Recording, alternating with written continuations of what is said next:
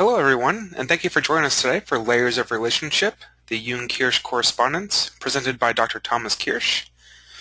Speaking today will be myself. I will be your AJC host, Ryan Deegan, the Executive Director here at the Asheville Jung Center in Asheville, North Carolina.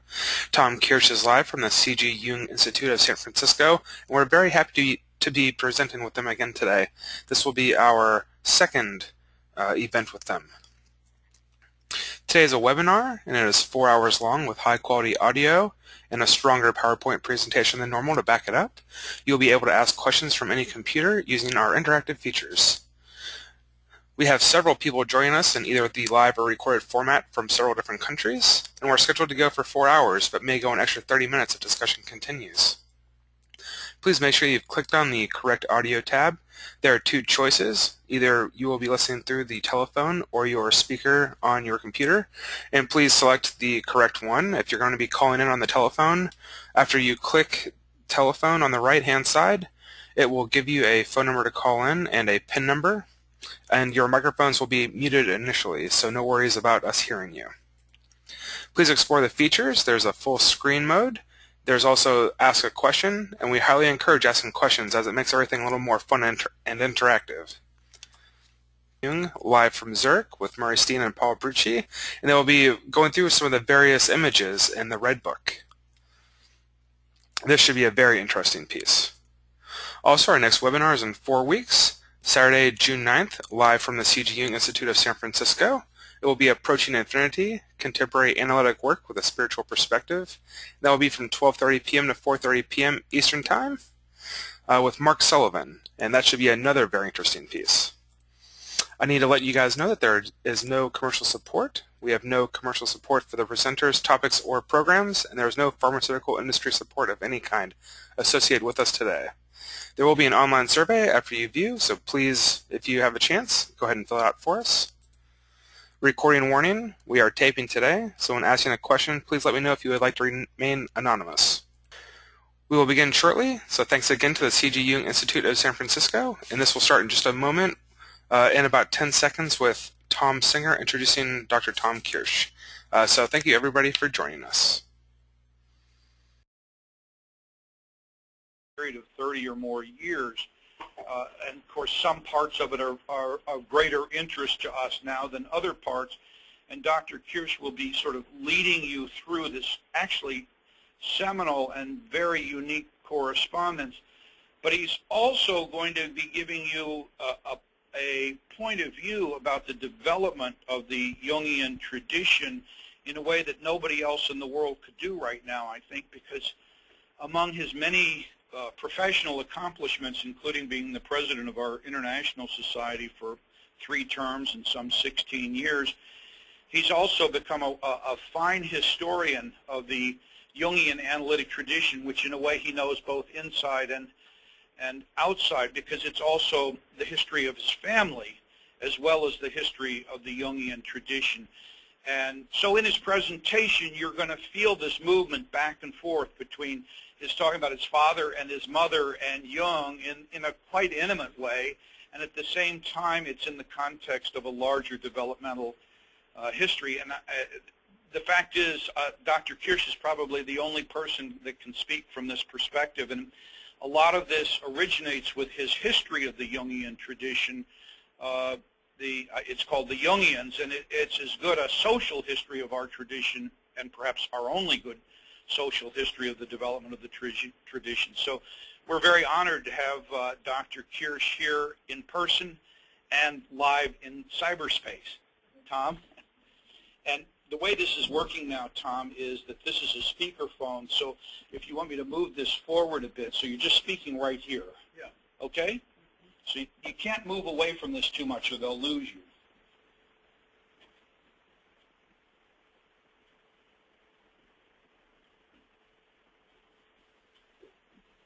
Okay.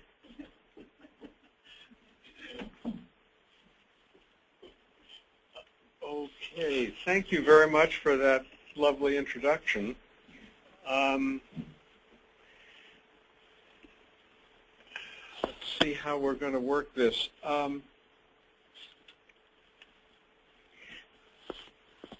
This is for the webinar, the introduction, and then let's go to the next slide.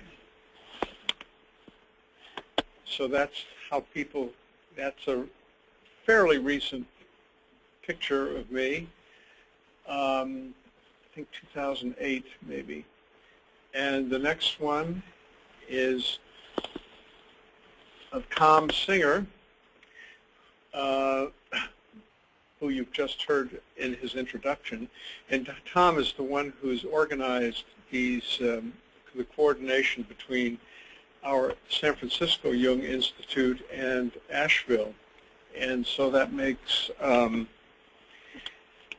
this is just all pilot project in the beginning of something very new. Now the next slide, what happened to, oh dear, the timeline? It's after this. Oh, it's after this. Okay. Let's go then to, well, let's do the biography of James Kirsch, okay? James Kirsch, yeah. Okay, you can go back. Okay. Yeah, leave this one on. I think this is a good one.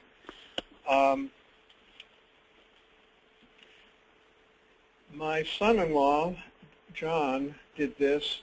You might want to tell Ryan to go to the next slide. Okay, Ryan, you want to go to the next slide, the timeline?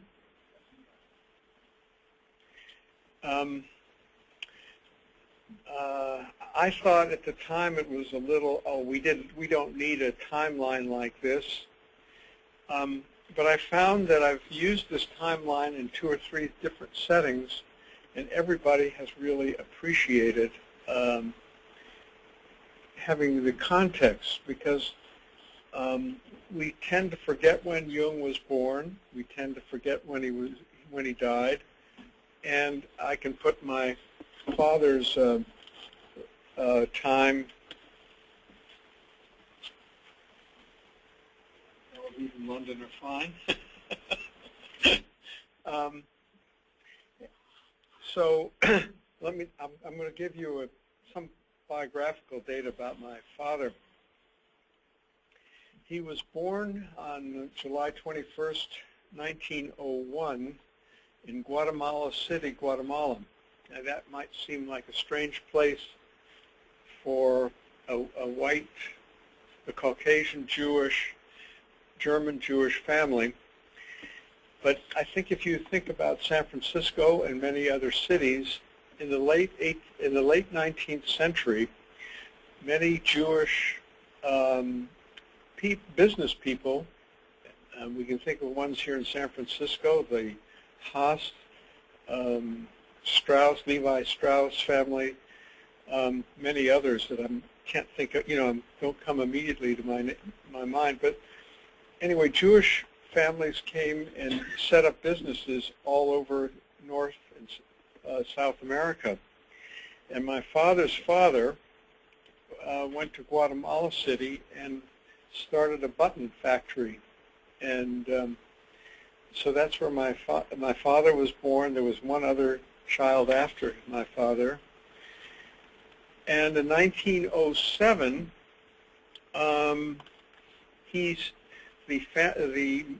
mother, with all the children, went back to Berlin. And with the father remaining in Guatemala, and let's say for every 2 years, the father would return to Germany. But if you look at the timeline, 1914 to 1918 was the Great War. And so my father didn't see his own father from between 1912 and 1921. So he really had quite an absent father. I think this plays a role that when he met Jung, Jung became the father figure in his life, for all his life. Well, so my father went to school in Germany, in Berlin, and became a member of what was a growing organization at the time. As you Zionism had its first Congress in Basel, Switzerland in 1897, and by the mid-teens in Germany, they were what was the Blau-Weiß Society, the blue-white, which were the colors of Israel, and he became an ardent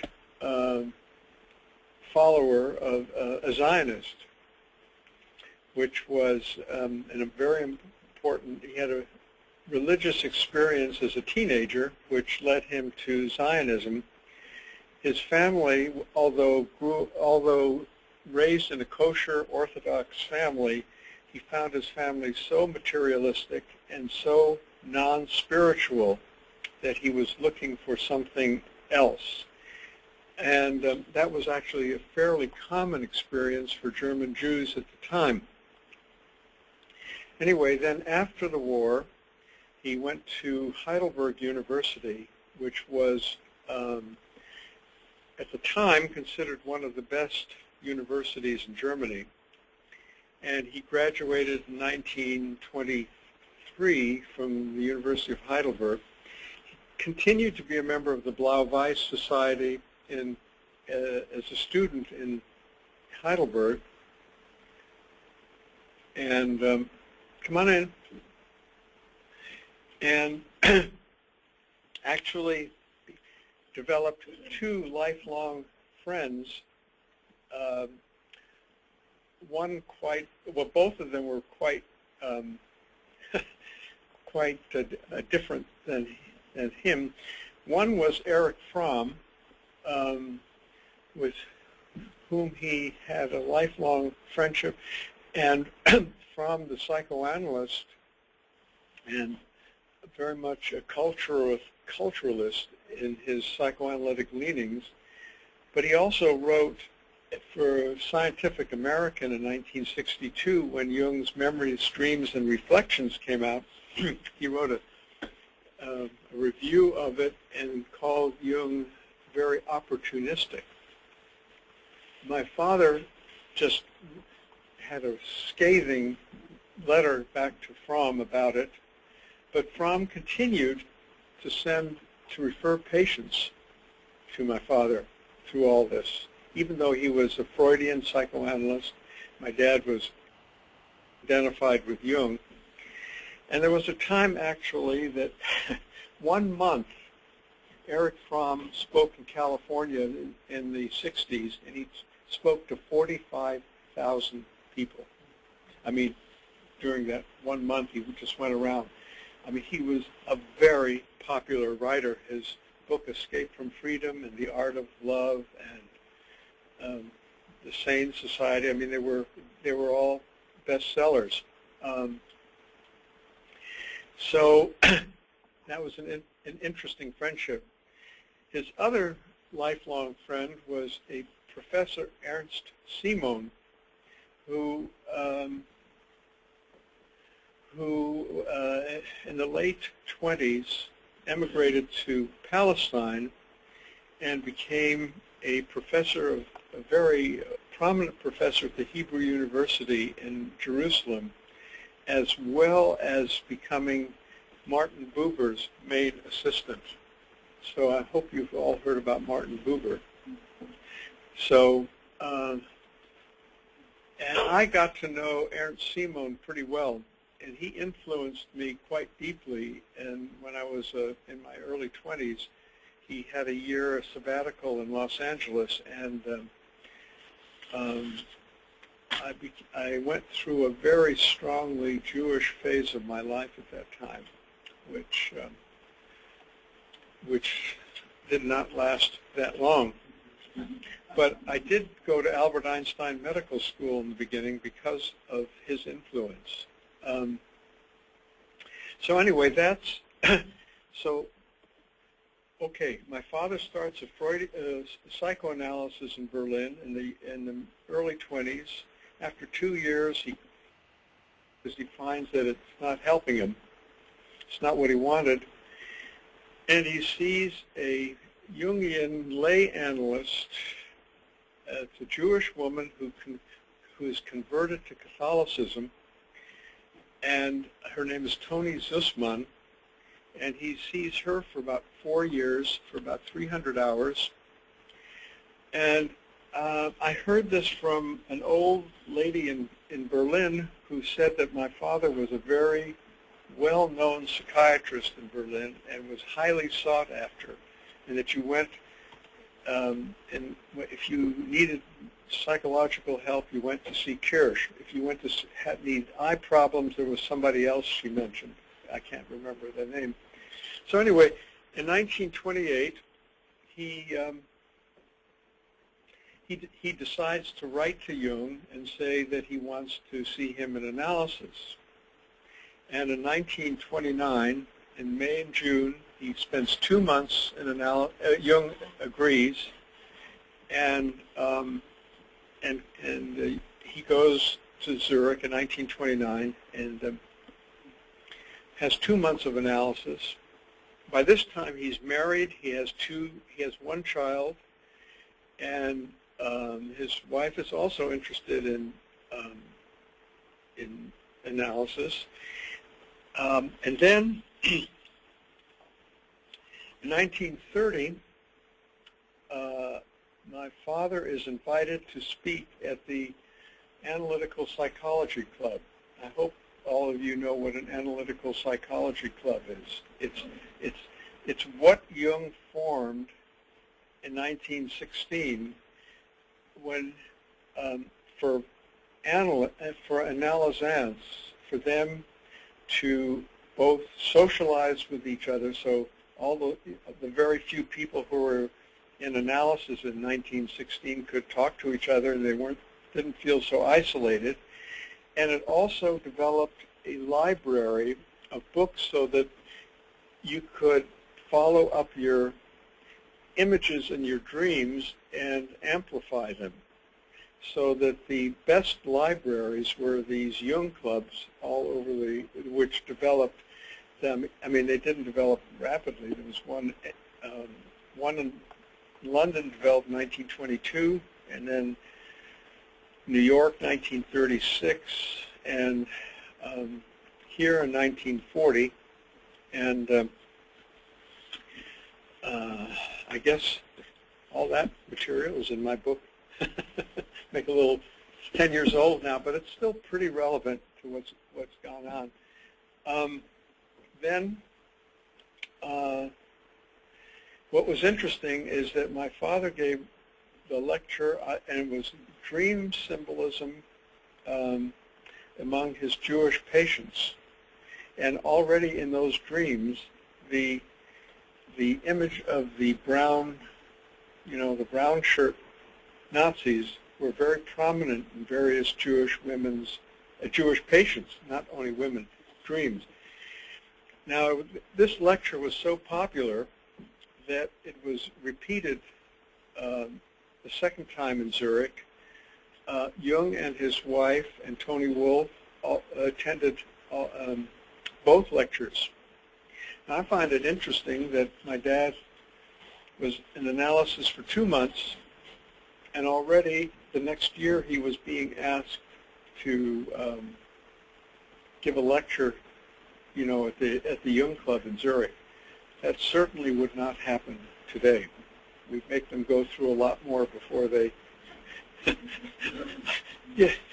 let them lecture. I think you might say it encouraged a certain inflation in my father, that already he was this popular lecturer, and Jung was there, and Jung was there a second time. And I think it's also interesting because Jung's, just 3-4 years later, now 1933, 1934, Jung begins to write about the Jewish psychology and the Jewish character, and gets himself in a lot of trouble, which has followed him to this day, which I think is a rather important, it is why I took the actually tremendous trouble and effort to get these letters of between my father and Jung published, because my, you'll see as we get into this that my father actually, it's the only person I know who has challenged Jung on what he said at that time and where Jung responds to him.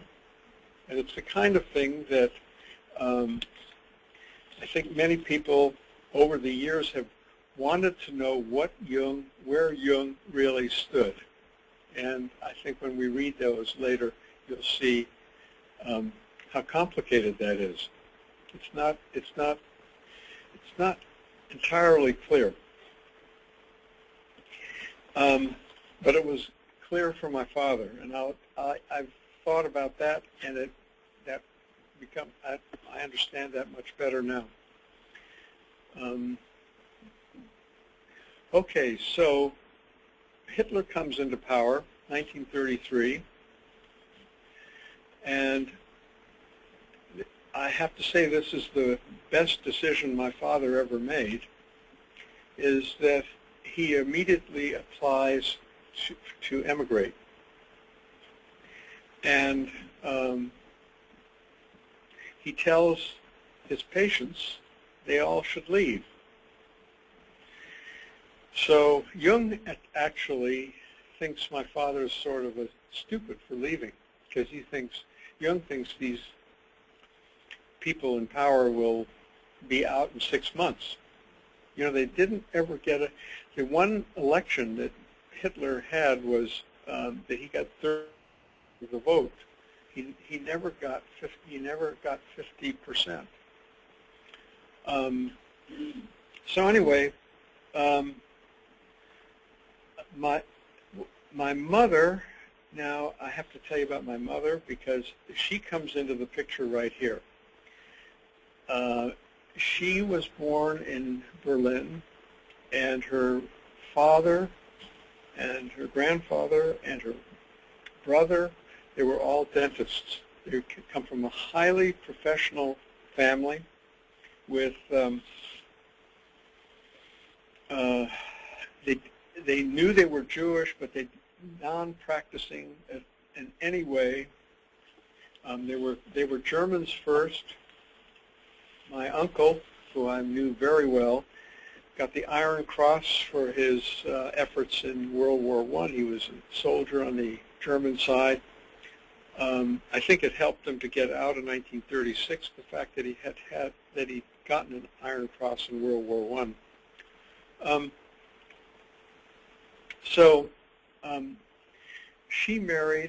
My mother married a man, Herman Silver, who was a hat maker. And you know, everyone wore hats in those days. So, but she had 2 small boys, and then her husband developed a fulminating multiple sclerosis and died in 1933, in June of 1933. So she went into therapy with my father. So my father was her patient, was her analyst, and he told, as he was telling all his Jewish patients to leave, she had a tremendous transference on him. She decided to follow him. They months in Ascona, Switzerland, and then they went to Tel Aviv in November of 1933, or maybe it was earlier. Anyway, earlier in that year, and my older half-brother, her son, often said, well, we didn't have any idea who this James Kirsch was with his wife, and by this time they had 2 children too. So didn't realize how close the relationship was between the 2. They would live on different floors of the same house. By 1935, my father had become disillusioned with Zionism. He felt that the fanaticism of the Zionists reminded him much too much of the fanaticism of the Nazis in Germany. Anyway, he got a divorce. His wife went back Eva went back to Berlin. The one daughter had to come with my mother, because Jewish children could no longer attend school in Germany. And so, I mean, that was so my mother and father got married. Well, actually, they went to London. They got married, and I was born a year later. And you'll see a picture of my father and me at that age. And he became, it's interesting because how he got into England. Jung had given the Tavistock lectures in 1935, series of lectures. And one man in the Home Office had attended those lectures. And when my father said that he was a Jungian analyst, they let him in. If this man had not been attended those lectures, my father would not have gotten in. There are a couple of others who tried to get into England and were denied access. Anyway, my father had developed a big practice on Harley Street in London. He became a founding member of the British London Jungian Society. Now, I mean, I'm going along on all this, but I hope it's of interest to you. Okay, then just to back up, my dad had also been a founder of the German Jung group in 1931. And in Tel Aviv, there were two Jungians. There was my dad and Erich Neumann, who came at the same time. They lived very close to each other, but they never talked to each other. They didn't like each other. In some way, they didn't get along.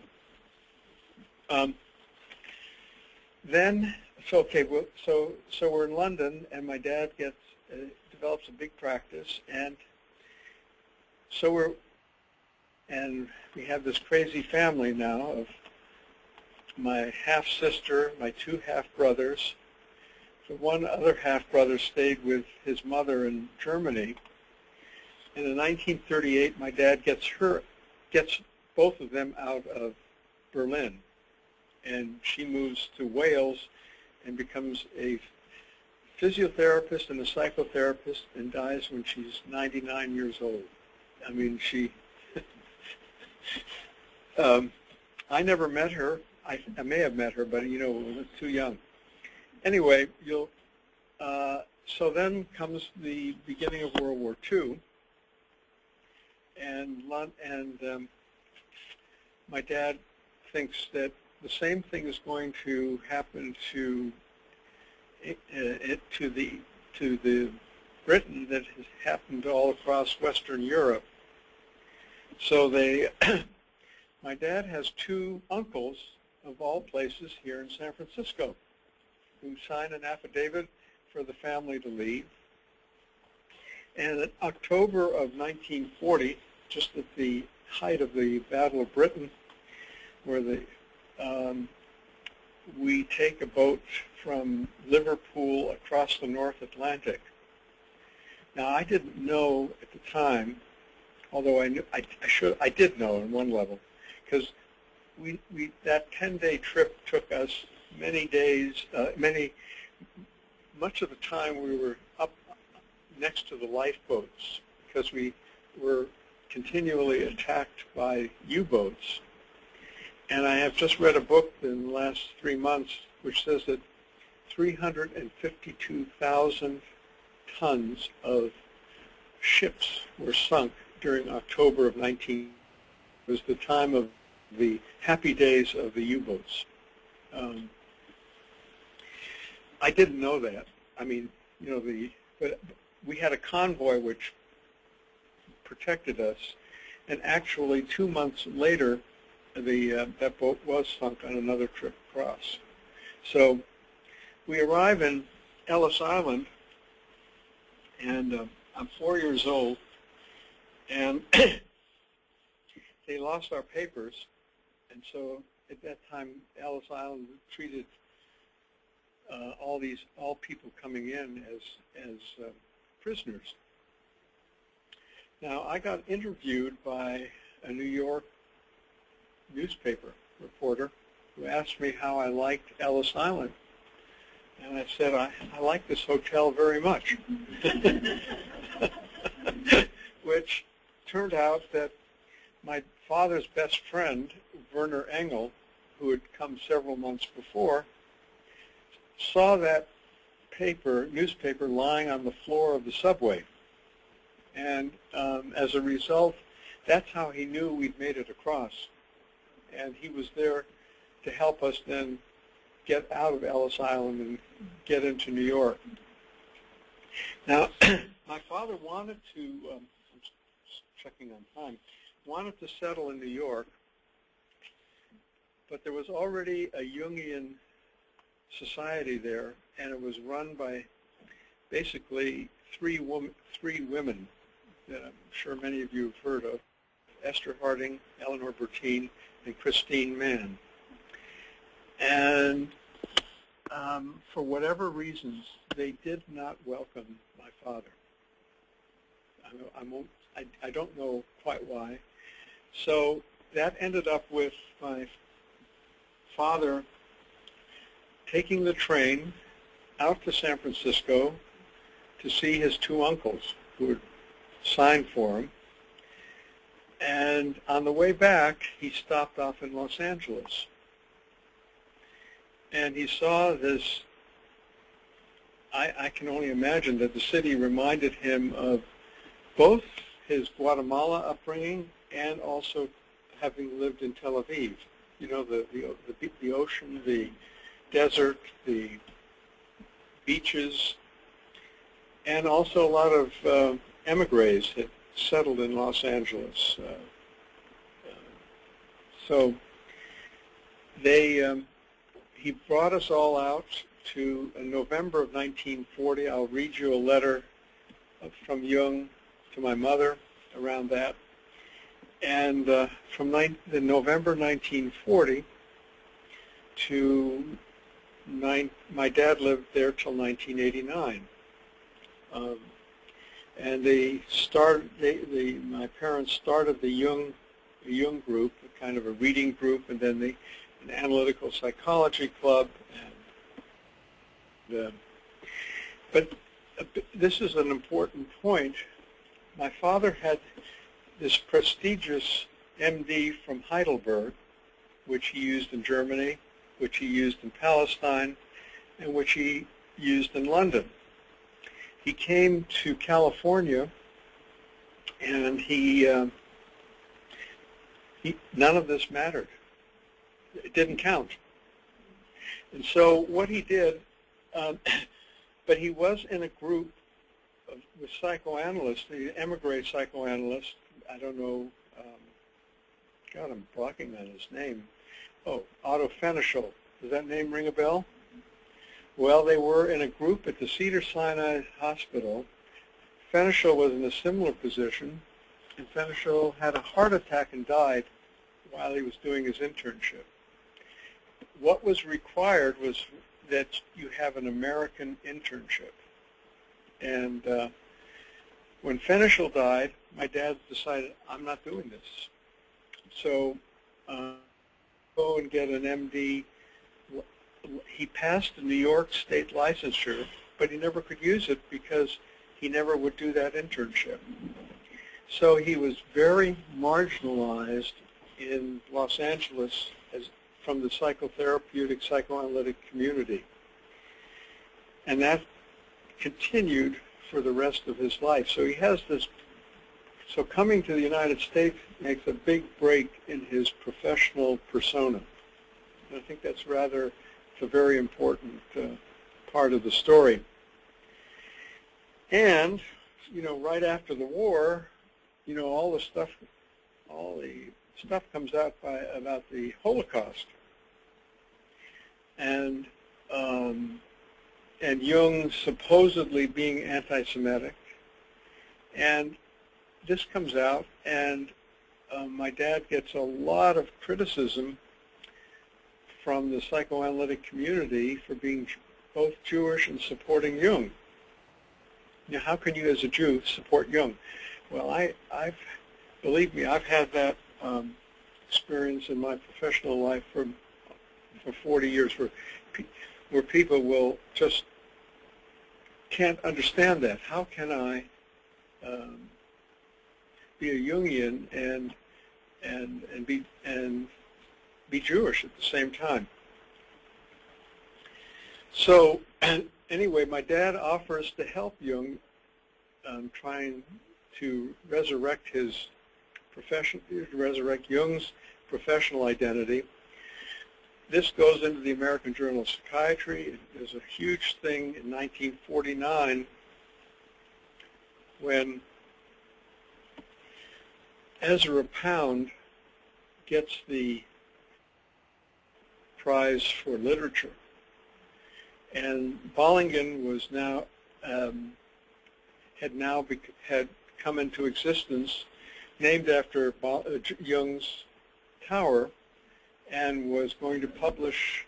That's how we have all the English version of Jung was published by the Bollingen Foundation, and that was just getting started. So Jung gets tainted by that too, because this is, quote, a foundation named after him. This is from Mary Mellon and Paul Mellon, and it's a big flap comes up in what's a now defunct news magazine, which was very popular, the Saturday Review of Literature. Some of you old enough may remember that that magazine. So that went on for months in the magazine, back and forth. So anyway, a Jung Institute gets formed in Los Angeles. It's made up mainly of immigrant Jews who don't have proper credentials. Meanwhile, here in San Francisco, a very proper, the MDs, Joe Wheelwright and Joe Henderson, come back from England and Switzerland, and they form a Jung Society here, and they become part of the whole community.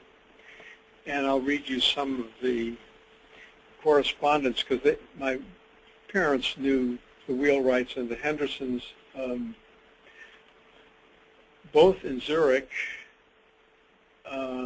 but mainly they knew them much better in London. They saw them a lot in London.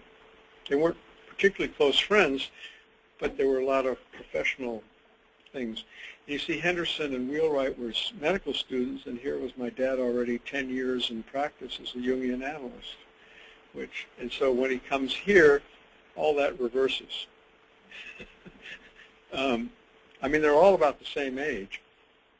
That's because the Wheelwright and Henderson both had other professions before they decided to become Jungian analysts. So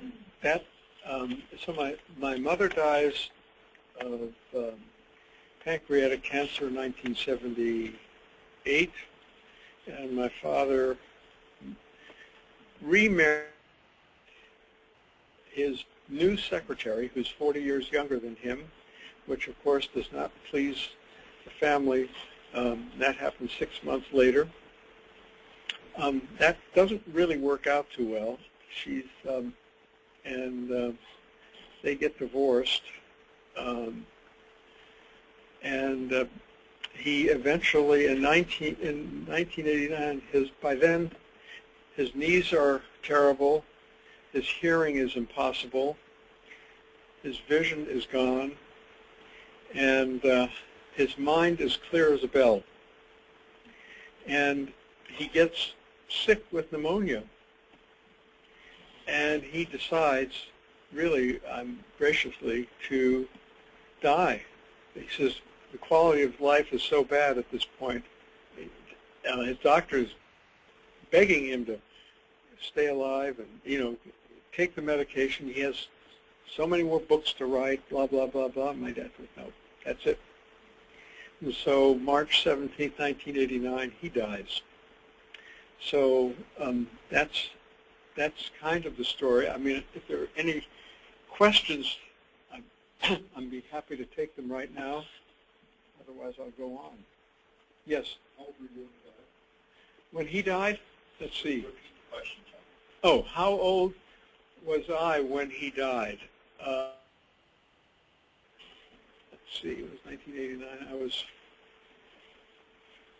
36, 58, 52, 54. I mean, I was already a Jungian analyst, and I was just going to become president of the International Jungian Society, and he knew that. He would tell others how proud he was that I was doing that. Never me. Yes.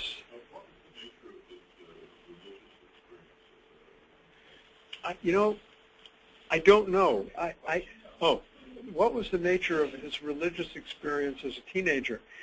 I only see this. One of the advantages of doing this book, and I did this.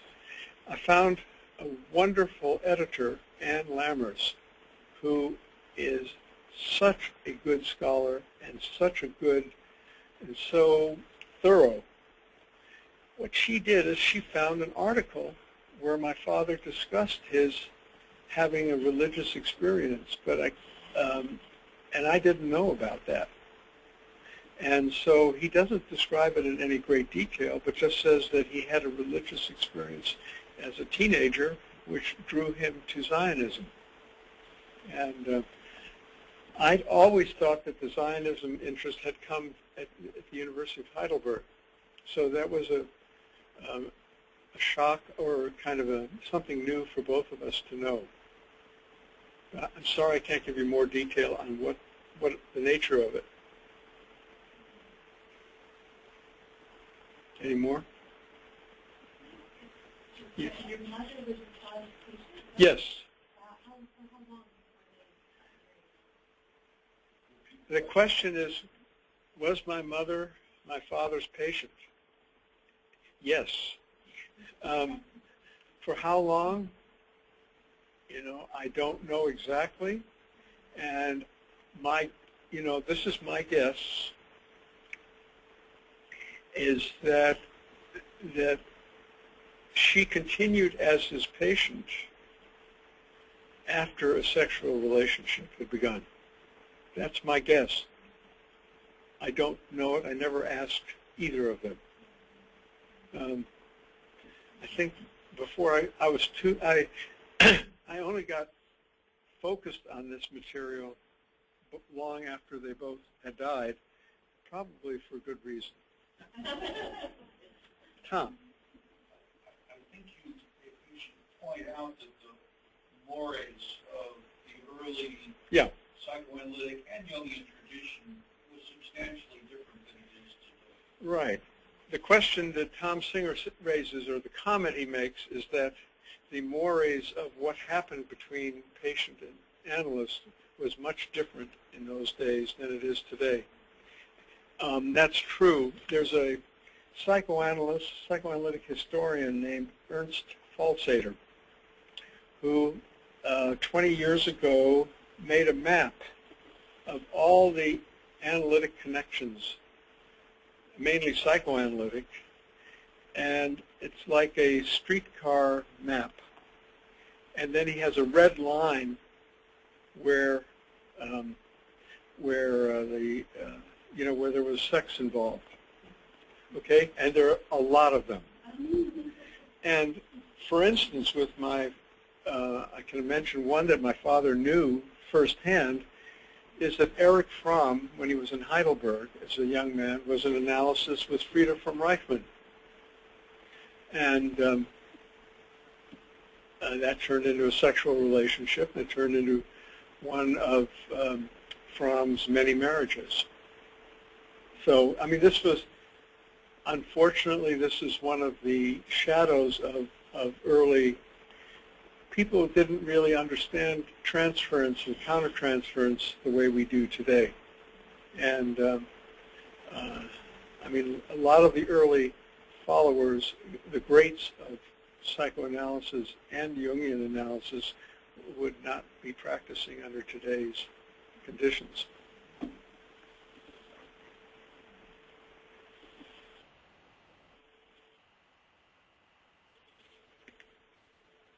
Okay.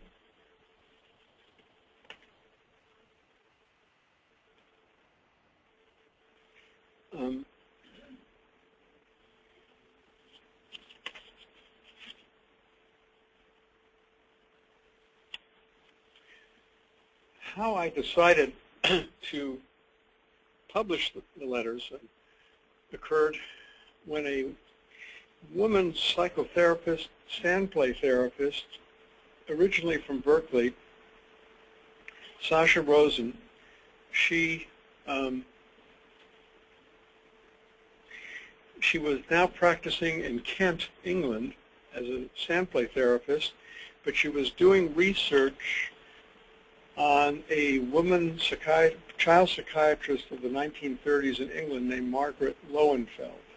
I don't know if that name means anything to you.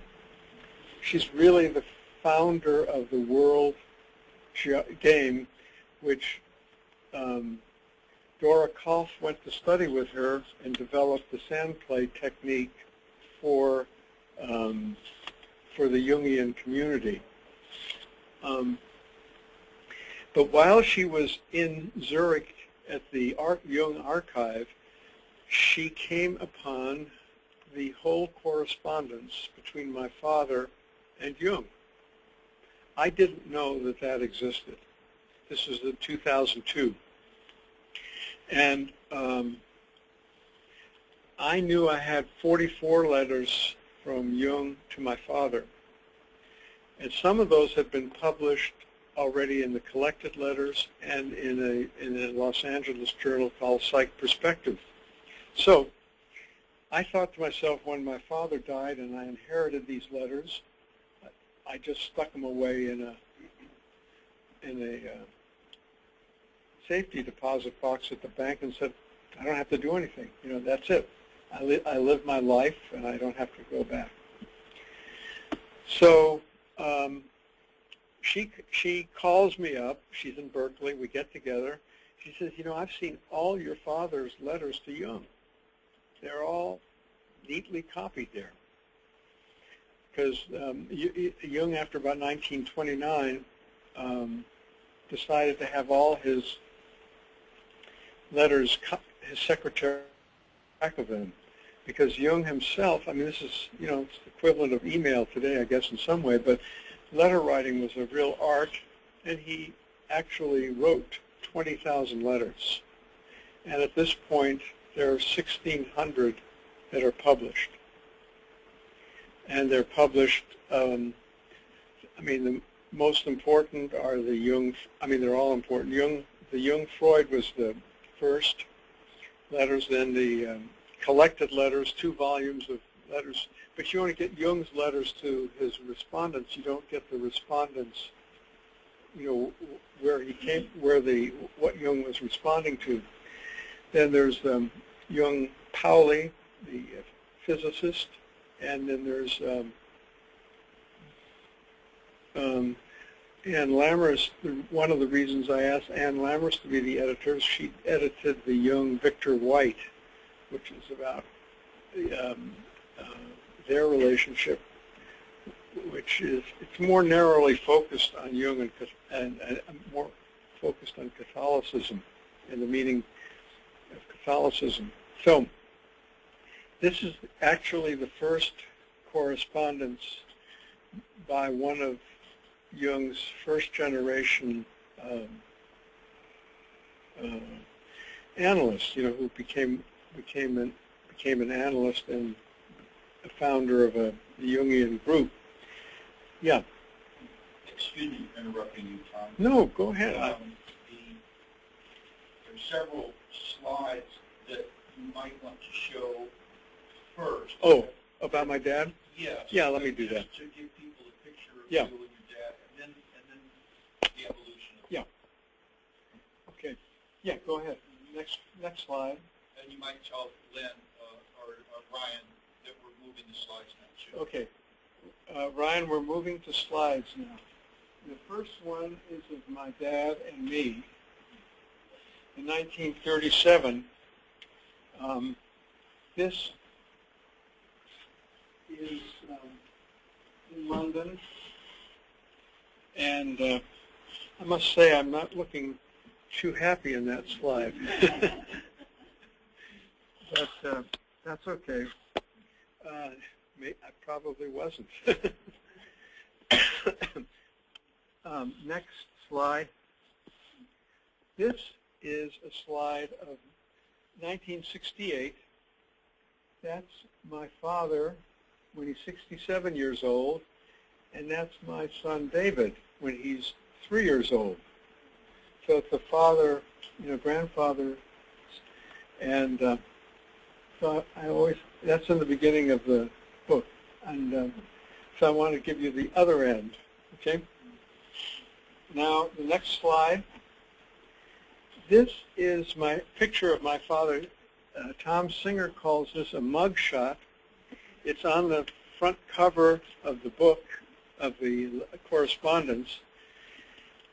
But in 1946, we all became naturalized American citizens, and so we all had to have our pictures taken to receive our U.S. citizenship. So that's, now next slide, that's my father in old age, in his 80s. Okay, and another picture, next slide, that is my mother and father in the 1970s. So my mother was in her early 70s, and my father was he was 1 year older. They're on a cruise, and I think it's in the Mediterranean. Next slide. Okay. This is another story. This is my father's card. This is what Jung in 1933 is, when Hitler comes into power in Germany, there is a general medical psychotherapy society. And it's a place where medical doctors and others who are interested in psychotherapy of all sorts get together and they become a member of this organization. Now, the president of this organization was a man named Ernst Kretschmer.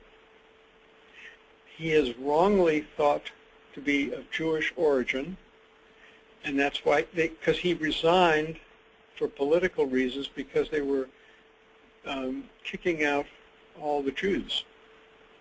As a Jew, you couldn't be a member anymore. So Jung was the vice president of this organization, and they pleaded with him to take over the organization. By this time, the German leader was a psychiatrist named Matthias Goering. Now, that was who cared about the name Goering, except that his cousin was Hermann Goering, the field marshal who was such a henchman of Hitler. So, and Jung said he would take over this organization if it became international and if it allowed Jewish members to retain their individual membership without being part of the German Nazified group. They agreed to that, and so now this is actually my father's card from 1931. So it's before this change thing. Jung also asked a young Jewish lawyer, and he says just to kind of provoke, he asked a young Jewish lawyer, Vladimir Rosenbaum, to write up the statutes for this new international organization, which he did. And this man, the secretary, Walter Simbal, C-I-M-B-A-L, Jung and Simbal remained, they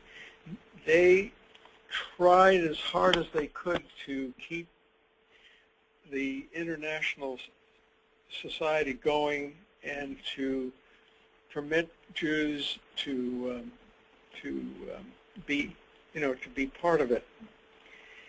And this was very different. Simbal's wife, it turns out, Simbal was a Nazi, but Simbal's wife was a protester.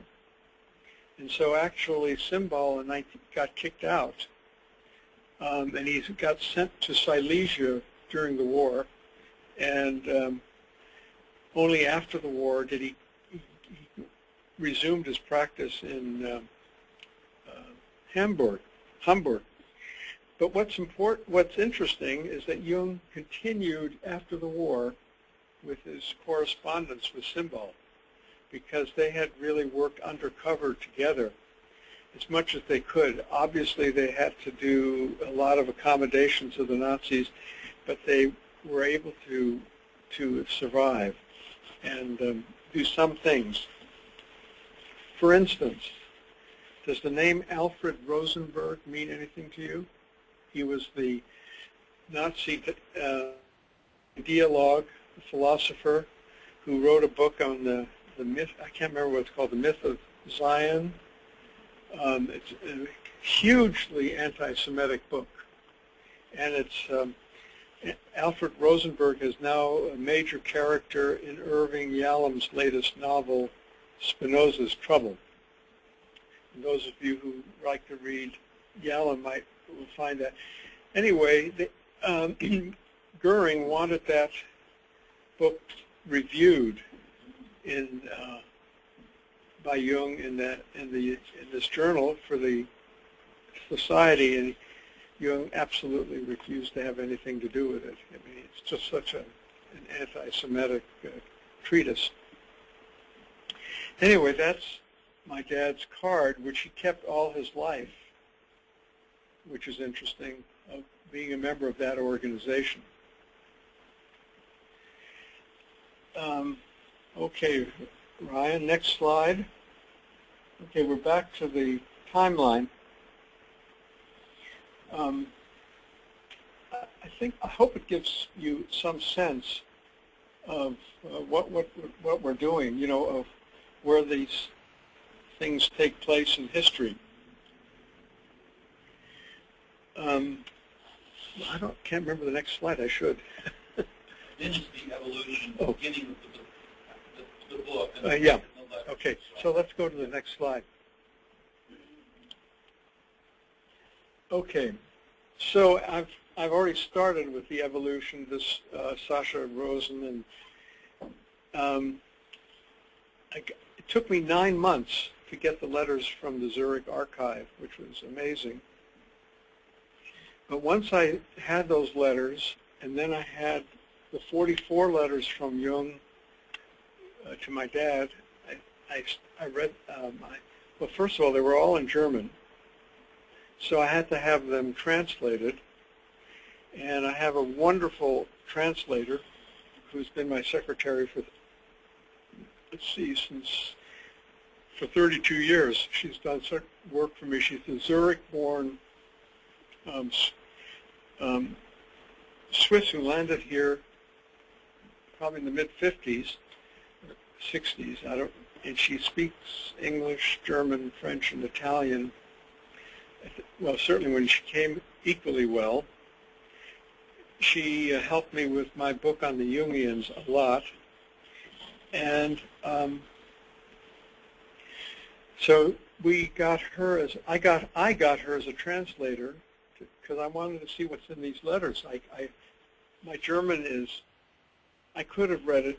It would have taken me a long time because my vocabulary is childhood German, not adult German. So she did that, and I looked at the letters, and I realized these letters have more significance than just for me or my family. These are documents that need to be published, if at all possible. So then I knew of Ann Lammers, and she was just finishing up the Jung Victor White letters, and I thought to myself that I asked her, this is 2005, 2006, if she'd be interested. And she was absolutely interested. And so we contacted Routledge and and she became the editor, and we arranged a contract. Now, I should have spent more time on that contract. If you've looked recently, which I have, you probably haven't. This book started at $80. Okay, I was so upset with that I ordered 60 copies of it for people whenever they wanted it, and I would just sell it at my cost, which was about 30%, below that. Well, what I didn't, so I haven't done any of that for a few months. Then it turned out they raised the price to $110. That's ridiculous. When I also found out that you can buy the book from Amazon in England at the original price, I think it's £50,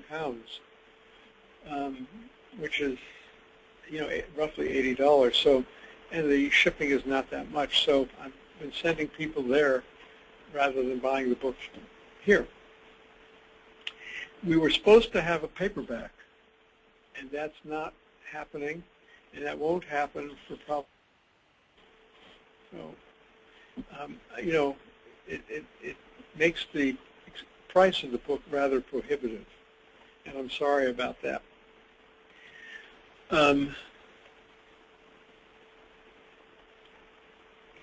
So I hired Ann, and I had a couple from Taiwan. I don't think they mind being mentioned.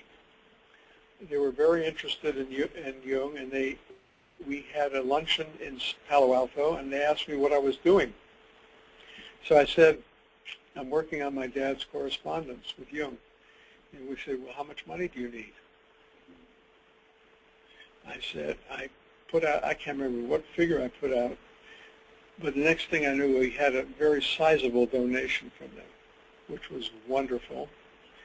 Now, Ann also had a big supporter in New York, and she got a sizable donation from him. It's amazing how much a book like this costs to publish, because you have to get permissions from somebody in the family of every person that's mentioned here. And sometimes, in fact, sometimes that's not possible, and then you just have to say that. But that takes a lot of time, and time is money, and then you have to, some of the pictures we have to pay for. You have a use fee because they're copyrighted. None of these, I mean, photos. But that's how that works. So I don't actually know how much the book cost. Probably around $300,000 to publish, which is a pretty amazing total, and a pretty amazing total to raise. Now, what Anne found, being the scholar and researcher that she is, she started going to various archives. And instead of there being 44 letters to from Jung to my dad, there are about 70. And my dad wrote, actually Jung wrote 10 more letters to my dad than my dad wrote to Jung. So that's so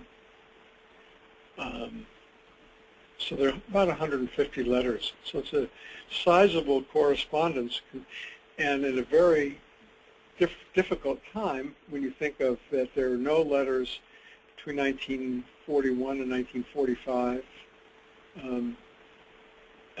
Anyway, that's the. Then what I saw, the main thing that I realized is that I've been burdened by being around psychoanalysts and having them be critical of me for being Jewish and a Jungian. Let me just say that my father was one of the first Jewish analysants that Jung had after his break with Freud. Other Jewish analysants were to follow, but the religious, spiritual aspect of Judaism was too rational and without enough meaning. So the soulless, quote, soulless materialism, unquote, which Jung saw in Freud was pervasive throughout the then existent German Jewish culture. My father, like many other Jews, was seeking a deeper spiritual meaning, and he discovered it in the unconscious through his analysis with Jung. My father, who is deeply immersed in Jewish literature and theology, entered into a dialogue with Jung about Judaism and Christianity. Much of the first half of the correspondence is a discussion of this topic, along with my father challenging Jung about his rumored connections with the Nazis. They are the kind of questions that many of us would have liked to have asked Jung all these years, and we have in this correspondence a young Jewish analysant and Jungian analyst asking him these tough questions. My father cannot remain if it is true that Jung has met with Hitler, and if Jung thinks that Jews are not honest in analysis. In response, Jung writes to my father in Tel Aviv that anyone who knew his psychology would know that this was impossible and not true. However, more than 70 years later, this topic has not gone away. It has been used by those opposing Jung, like Freudian psychoanalysis, as a reason to dismiss him completely and not to read him. To have primary documents on this topic, as well as many others, is a valuable addition to Jungian historiography, and hopefully it will open new people to study Jung. Now, my father and I were quite different temperamentally. I never fulfilled his scholarly ambitions for me. He wanted me to be a Jungian scholar in philosophy and alchemy. But his failure to adapt to the extroverted Jungian world had been a source of consternation for me. I have learned to appreciate the value of his scholarly contributions and his generosity towards me. Those of you who knew my father or read this correspondence will recognize the origins of my difficulties, which still linger. Nevertheless, this is a complete correspondence, and no material except patients' names have been withheld. So that's what we have here. Now, I've gone on for over an hour and 10 minutes or whatever. I think maybe this is a good point to have a 15-minute break, and then we'll go on with the letters.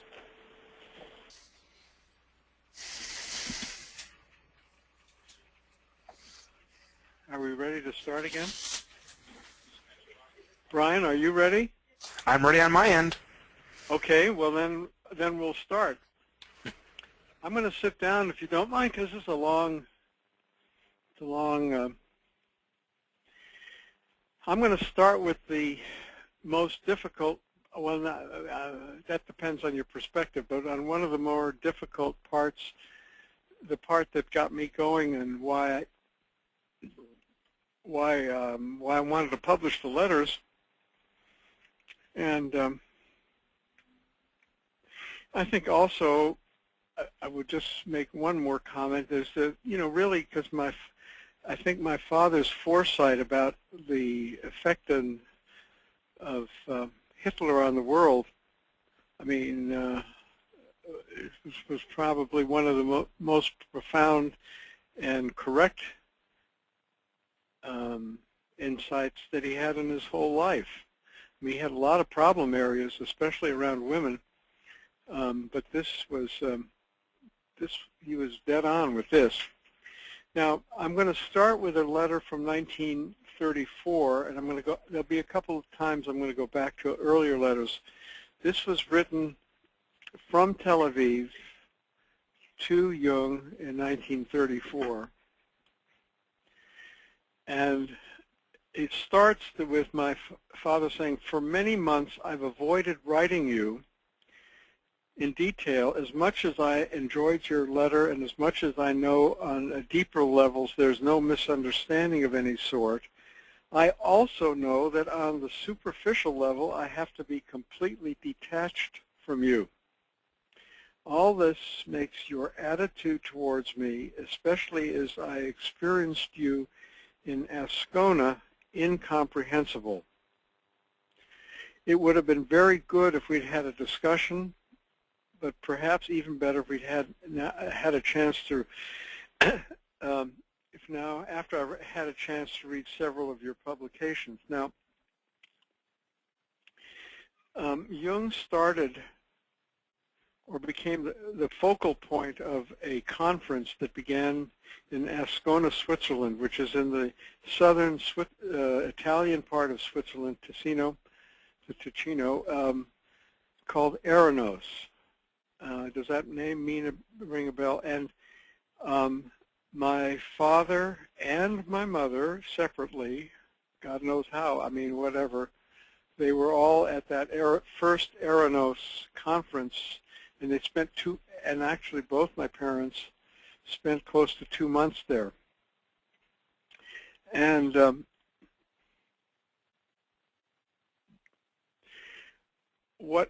Jung had no time for my father at this conference, and so my father takes it personally and wonders whether it has to do with anti-Semitism. First of all, I have to tell you that both in Ascona as well as here in Palestine, I've heard reports about your remarks which did not present you as a friend of the Jews. At this distance, of course, I was unable to verify what you actually said. For instance, it appears that you said Jews are not honest in analysis. Then there's a man named Gustav Bali. He was a German psychoanalyst, Freudian, Jewish, had to leave, and he settled in Switzerland. And Mr. Bali appeared in this country, visited with all our colleagues, and stated publicly that you had crossed over to Hitler, and that you had been received by him, and thus that you are an anti-Semite.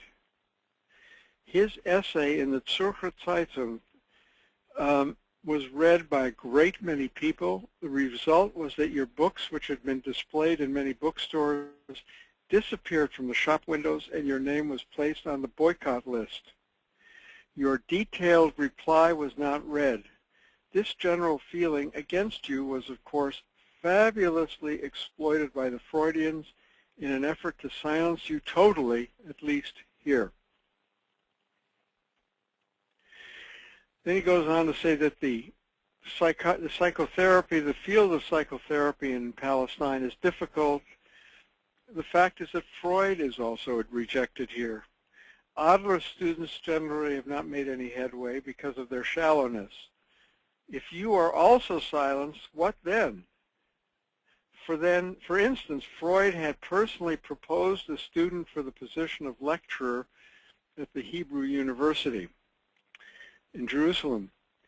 But during the meeting to discuss the appointment, an essay by the Freudian in question was read, wherein the Sabbath was traced back to sexuality in an obscene way, and the lectureship was history.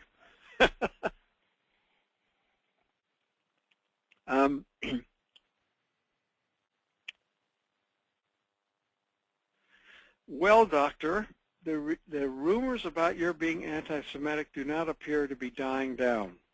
I think, you know, this 1934, I mean, those of us in the field, it's still there. In a letter I received from Germany last week, someone wrote me that you had expressed on the radio via German broadcasting that your gratitude for and recognition of Hitler's reforms at the German universities. If this is a fact, I do not understand you as a Swiss. Please don't interpret my letter as being aggressive. I am merely attempting to understand you in this respect and hope that you will grant me the privilege of reaching such an understanding. On the other hand, I don't feel understood by you in this matter. And you see, this is the crux of what I have not read anywhere that somebody has been able to say to Jung and then get a response from him. Now, what is unbearable and incomprehensible to me is why you should be taking sides in this matter. And for an important reason. You're always rejected for the making of things and organizing. Why should you say yes to this? In China, an emperor is respected as a good leader when his rule goes unnoticed. In Germany's Third Reich, one senses the totality, quote, totality of the state everywhere. And then my dad quotes what Jung writes about Jews. And so I better write, because this is the essence of what people quote when they want to tell you what a nasty man, anti-Semite Jung was.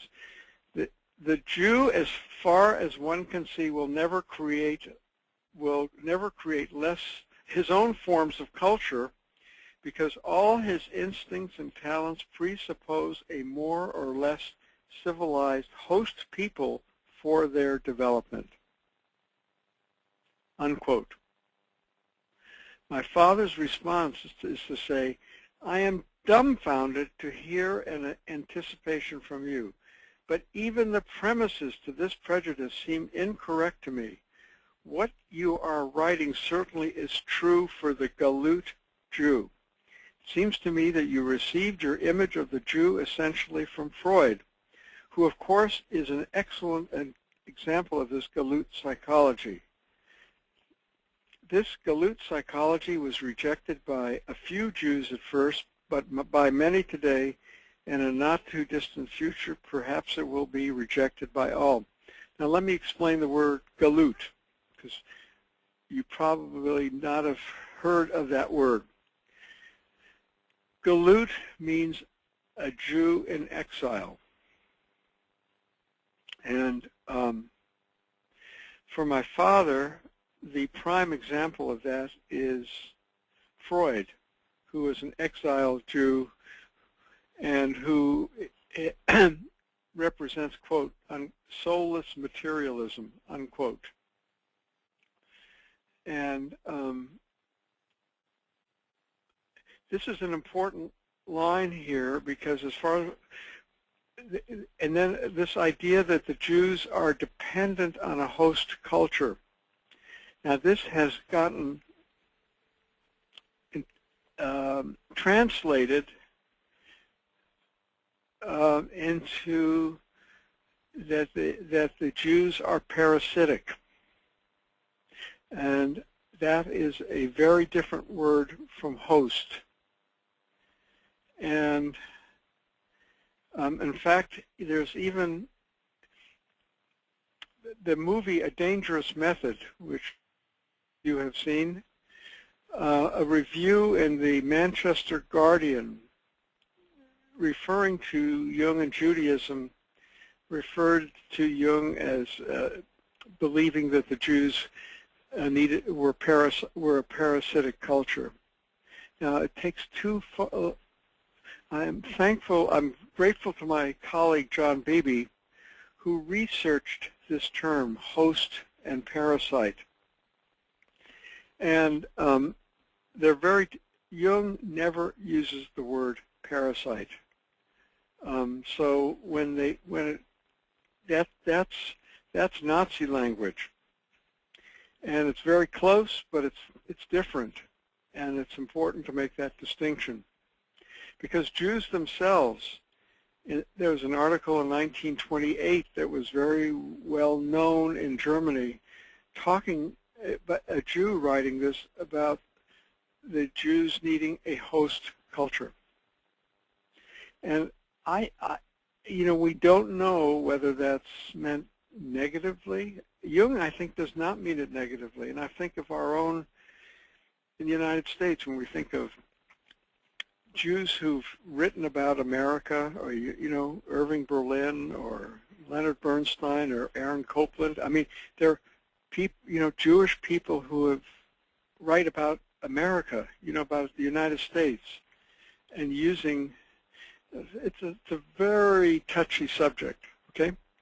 And I'm not going to say, I never talked to Jung about it, so I don't know what he meant by it, okay? Thomas. This is a comment.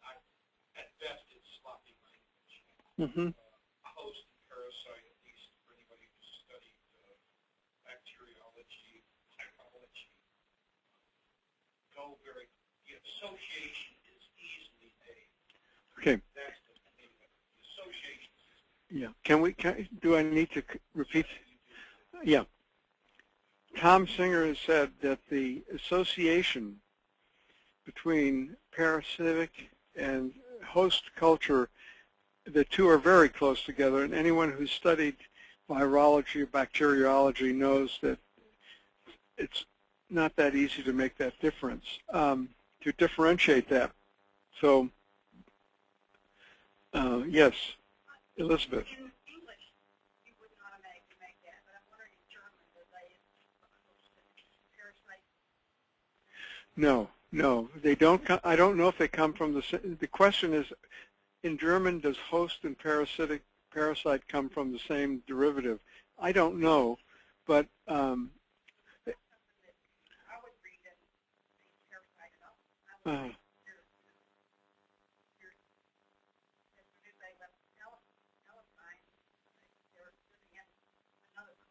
yeah.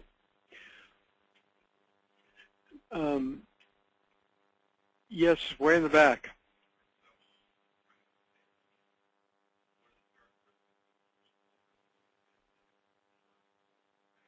Yeah.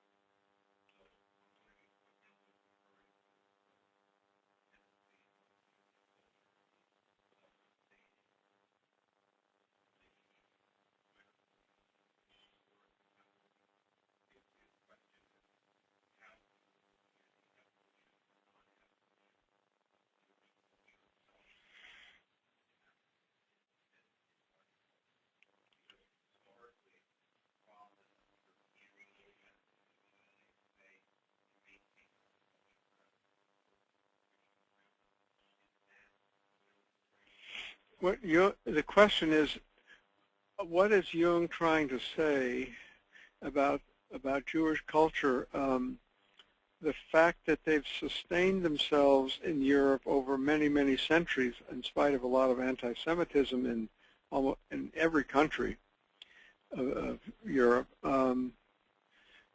is Jung trying to say that this is what relying on a majority culture, is that's what has sustained them, or is that and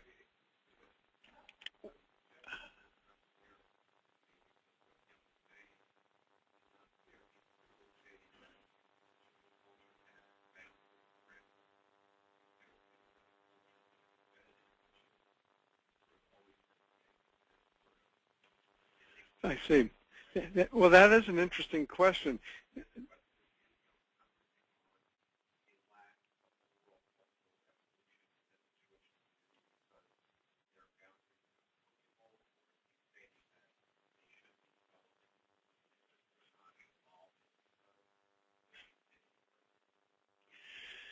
Okay, yeah.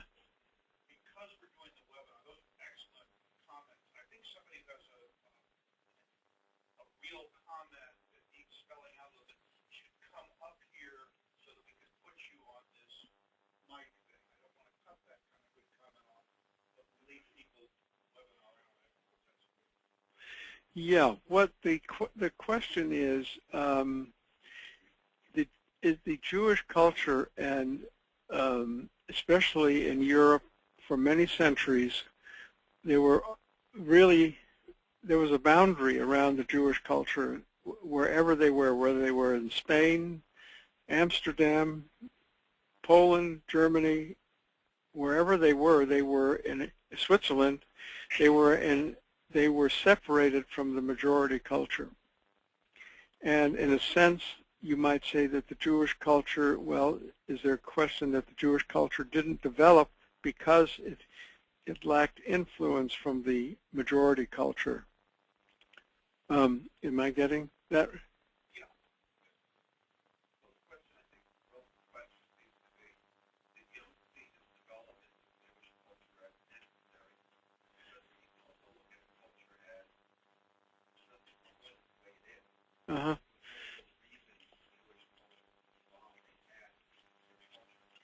Well,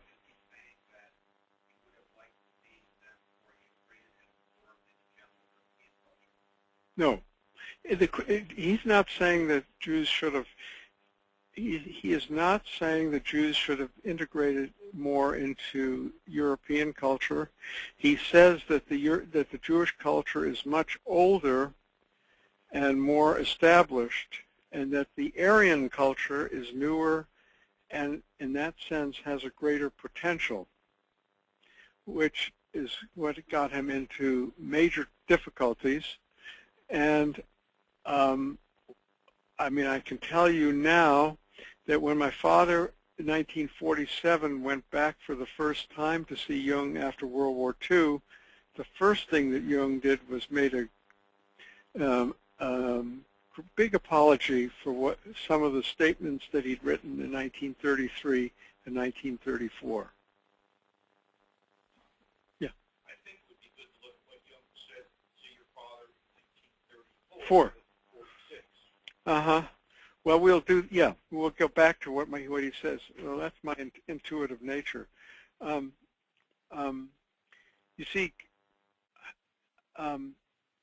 I mean, the statement that really stands out for me here is that my father says, I am dumbfounded to hear an anticipation from you, this idea that the dumbfoundedness is that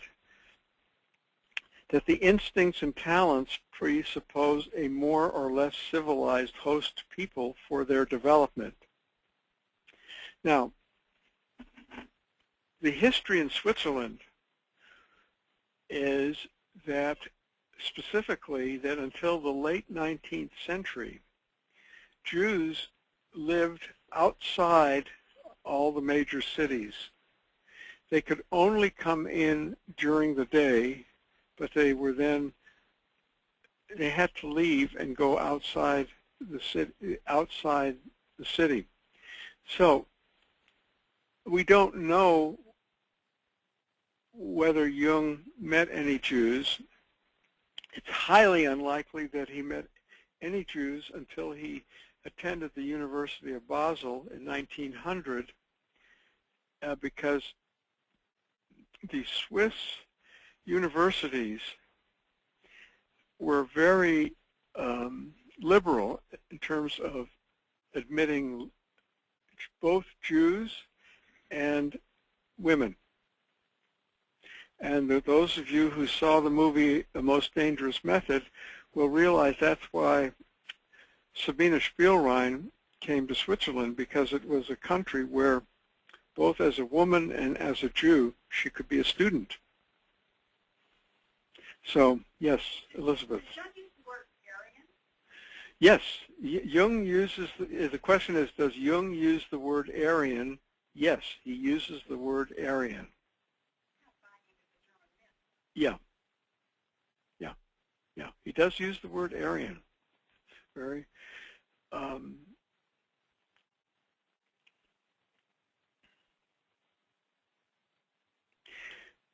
and then he goes on to write, see, now my dad is quoting Jung again. He says, the Jew, as far as one can, oh, I read that, okay, about the Galut psychology. Now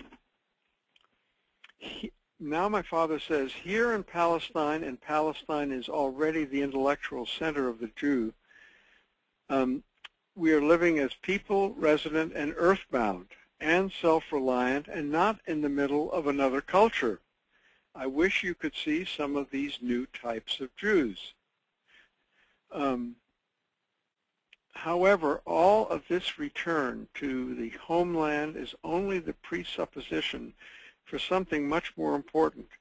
Surely we are an ancient culture. Certainly we cannot create entirely new cultural values like the Teutonic people.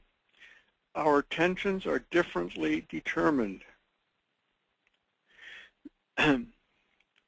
Since Christ, the Jews have been excluded from the revelation. We made a vital mistake by rejecting Christ. Christ is the repressed complex of the Jew. However, just as everything changes in the individual life of a person, as soon as the repressed complex enters into consciousness and comes alive, in the same way things can change collectively, also creatively, with our repressed Christ complex. I have a great number of proofs, dreams, and images to support my view that the Christ complex is central in the Jew. On this basis, one must understand the peculiar psychology and the peculiar fate of the Jew, and also anti-Semitism. I believe you will be able to confirm my interpretation. So, I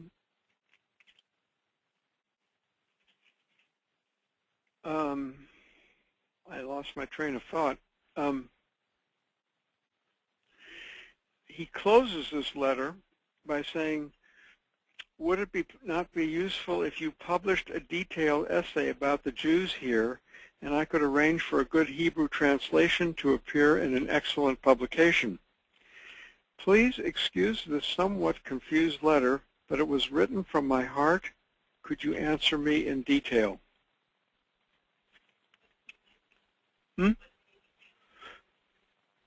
What page is this? 43.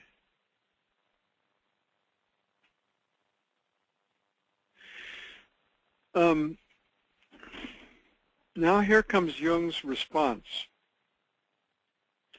which I'll be interested in how you view this response, because this is a definitive Jung statement at the time. May 26, 1934. So first of all, he's writing to my dad in Tel Aviv. And oh, I know what I wanted to say.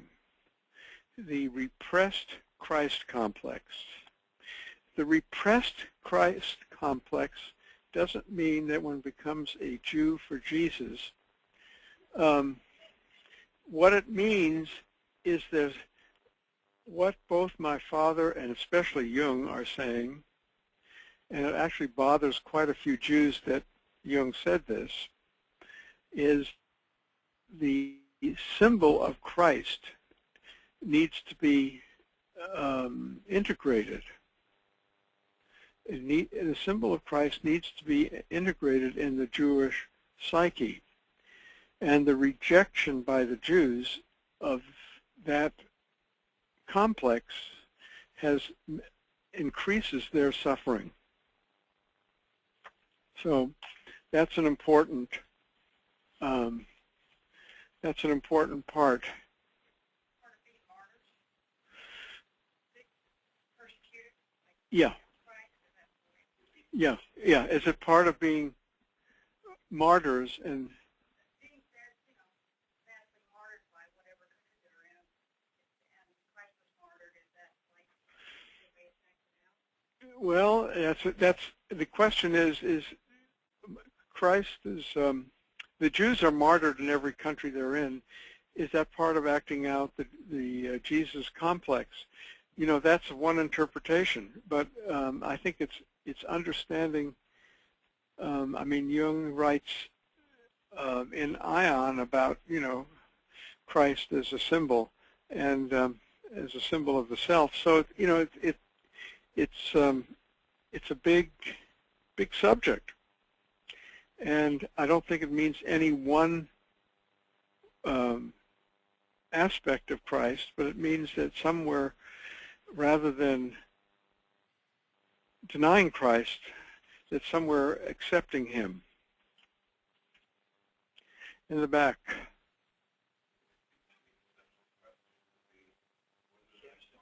Why don't you come forward? No, you've got to do it from, this is the loudspeaker. This is what's going to be, this is what gets aired to the world. No, come here.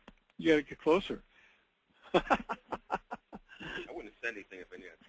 All right. So it seems to me the central question is whether Jung is referring to a deficit or a need that's based on the needs of the outside culture. In other words, the Jews are suffering because the predominant paradigm of the culture includes Jesus and Christ, and they're suffering from outside prejudice for not integrating that, or whether Jung is referring to an internal collective unconscious deficit of a denial of part of the self.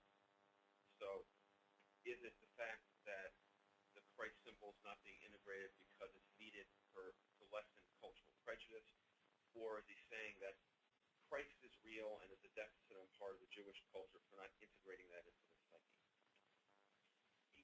They still can't hear. This is the nature of Ryan, did you get that? Well, let me go through it again then. What this man is bringing up important subjects. Basically, is it the fact that because the Jews have not integrated Christ, there's this dominant culture which the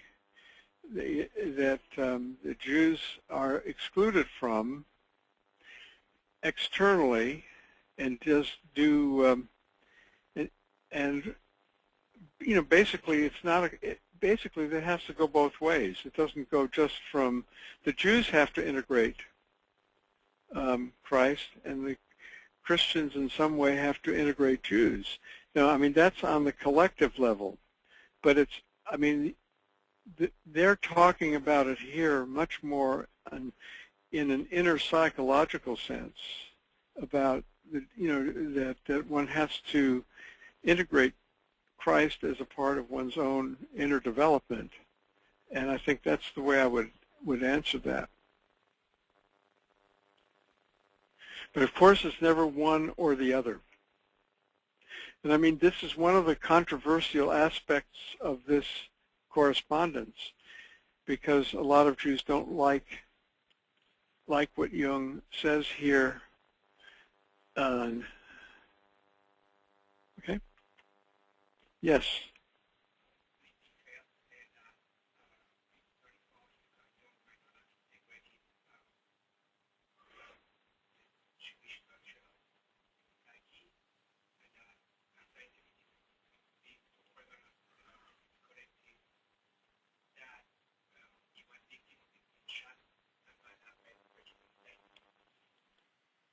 question is, it's a very good question, is it possible that Jung in 1933 and 1934 had not yet integrated, he had not yet understood Jewish psychology. He was probably still too wounded by his experience with Freud and his group. And is it possible that Jung was revealing his own shadow in these statements? And and I would say absolutely that's the case.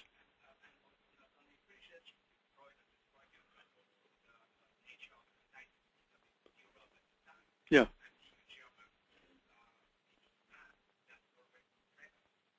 Yeah. I mean, anti-Semitism was so endemic in Europe before World War II. I mean, it's still there. I mean, even this morning I was listening on NPR, and there's a baseball player named Delmont Young, plays for the Tigers, Detroit Tigers. He's in New York, and he started making anti-Semitic comments outside his hotel. This happened this morning. That's on the national news. You know, so it doesn't go away. Did you hear that? There's a question, Tom, from the internet, which I'll frame to you, and then you can Okay. reframe. The question is, in Liber Secundus, you know this well, in the red one, Jung expresses clearly, and this is in 1914, his struggle with anti-Semitic tropes of that time. In other words, actually, Jung's shadow accuses him of being an anti-Semite. Right. And the question is this clarified at all in the Kirsch correspondence? Okay, the question is, this comes from the internet, is that in the Liber Secundus of the Red Book, Jung has an active imagination where who is he talking with, the red one? No, the red one. I haven't read it for a while. And there are two paragraphs where Jung makes the statements about the Jews that they're way too sensitive, and that every critical comment made about them they take as anti-Semitic, and that so there's that criticism. And now and the red one says, well, aren't you being saying to Jung, dude, that's not true. I mean, aren't you being too hard on the Jews? They're really decent people, and they have good religious values. And I mean, he doesn't. I can't remember the exact wording he used, but the red one is so. The red one's also an inner voice saying to Jung, to be critical of Jung for his anti-Semitic views. And actually, what we're reading here, that's 1914. What we're reading here in the letters is 1934. It's 20 years later. Jung is saying exactly the same thing. He says the same thing to my father. You know, the Jews are too sensitive. They take everything wrong. You know, every personal thing is an anti-Semitic comment, and you can never be critical of an individual. It's always the individual is the Jewish individual. So, and the question is, does Jung ever change about that? And I would say that Jung changes deeply about that when he has his heart attack in 1944. You can read about that in Memories, Dreams, and Reflections, and where he talks about the holy marriage of the Rabbi Ben Yochai and is in the Garden of the Persimmons and talks about that he's in this, and he has a Jewish nurse who is helping him to recover from, I mean, he almost died at that point. I mean, he had it was a very severe, and in fact it took him over a year and a half to recover, and as a matter of fact, he never was the same after that. And what he did after that is that he became a really deep scholar of Jewish mysticism and of the Kabbalah, and he writes to many people in the late 50s that certain psychologists, certain rabbis anticipated his entire psychology.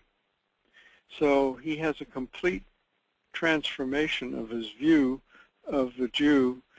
And for those of you who are really interested in the subject, a man named Sanford Drobe, D-R-O-B, wrote Kabbalistic Visions in Jung's psychology. And it's a beautiful book, and it describes Jung's transformation in his late life after his heart attack. I think that answers that. What's Jung's response to your father's letter in, what is it, 36? 34. 34. What's his response? Have we gotten to that yet? We haven't gotten to that yet. I think we should get to that. Because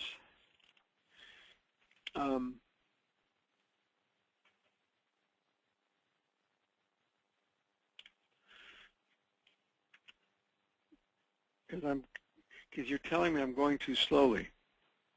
I'm telling you that we have a cultural complex blowing up. Yeah. And that it's very difficult to proceed with this topic even 70 years later. It is. Isn't it amazing? So here's what Jung's response is. He says, "My dear Kirsch, it gives me great pleasure that you've written to me again. It appears that amusing rumors are being spread about me. The only unquestionable fact which lies behind all this stupid gossip is that as the honorary chairman of the International Society for Psychotherapy, the one that I showed you his card, I was urgently requested by the German physicians to retain this position and have consequently done what anyone else would have done in my situation, namely my duty towards the International Society. Essentially, this meant preserving the umbrella organization and incorporating the German society into it. This plan succeeded at the last Nauheim Congress. That's the Congress of this group where Vladimir Rosenbaum had written the statutes, the Jewish guy, and who he and Simbal got that through all these Nazis, okay? A special paragraph was adopted which makes it possible for German Jewish physicians to join the international organization as individual members. I need hardly mention the other rumors. It is a downright lie to maintain that I said that Jews are dishonest in analysis. People, and I love this, people must think me extraordinarily stupid if they think I could hold such an idiotic opinion. Neither have I addressed Hitler over the radio or in any other manner, nor have I expressed anything concerning politics. Now here comes the other side, which we look at today differently than when he said it. With regard to my view that as far as one can see, the Jew will not create their own form of culture, this view is based on 1, historical facts, 2, the additional fact that the specific cultural contribution of the Jew evolves most clearly within a host culture, where the Jew frequently becomes the very carrier of this culture or its promoter. This task is so unique and demanding that it is hardly to be conceived of how, in addition, any individual Jewish culture could cautiously be inserted. And then he says, in my opinion, as far as one can see. The German word is voraussichtlich, for as far as one can see. So he's leaving open that now in Palestine, where they are the host culture, that things could be different. I would in no way deny the possibility that something unique is being created there, but I don't know that as yet. I positively cannot discover anything anti-Semitic in this opinion. Okay, so this is kind of where you would get. Okay, now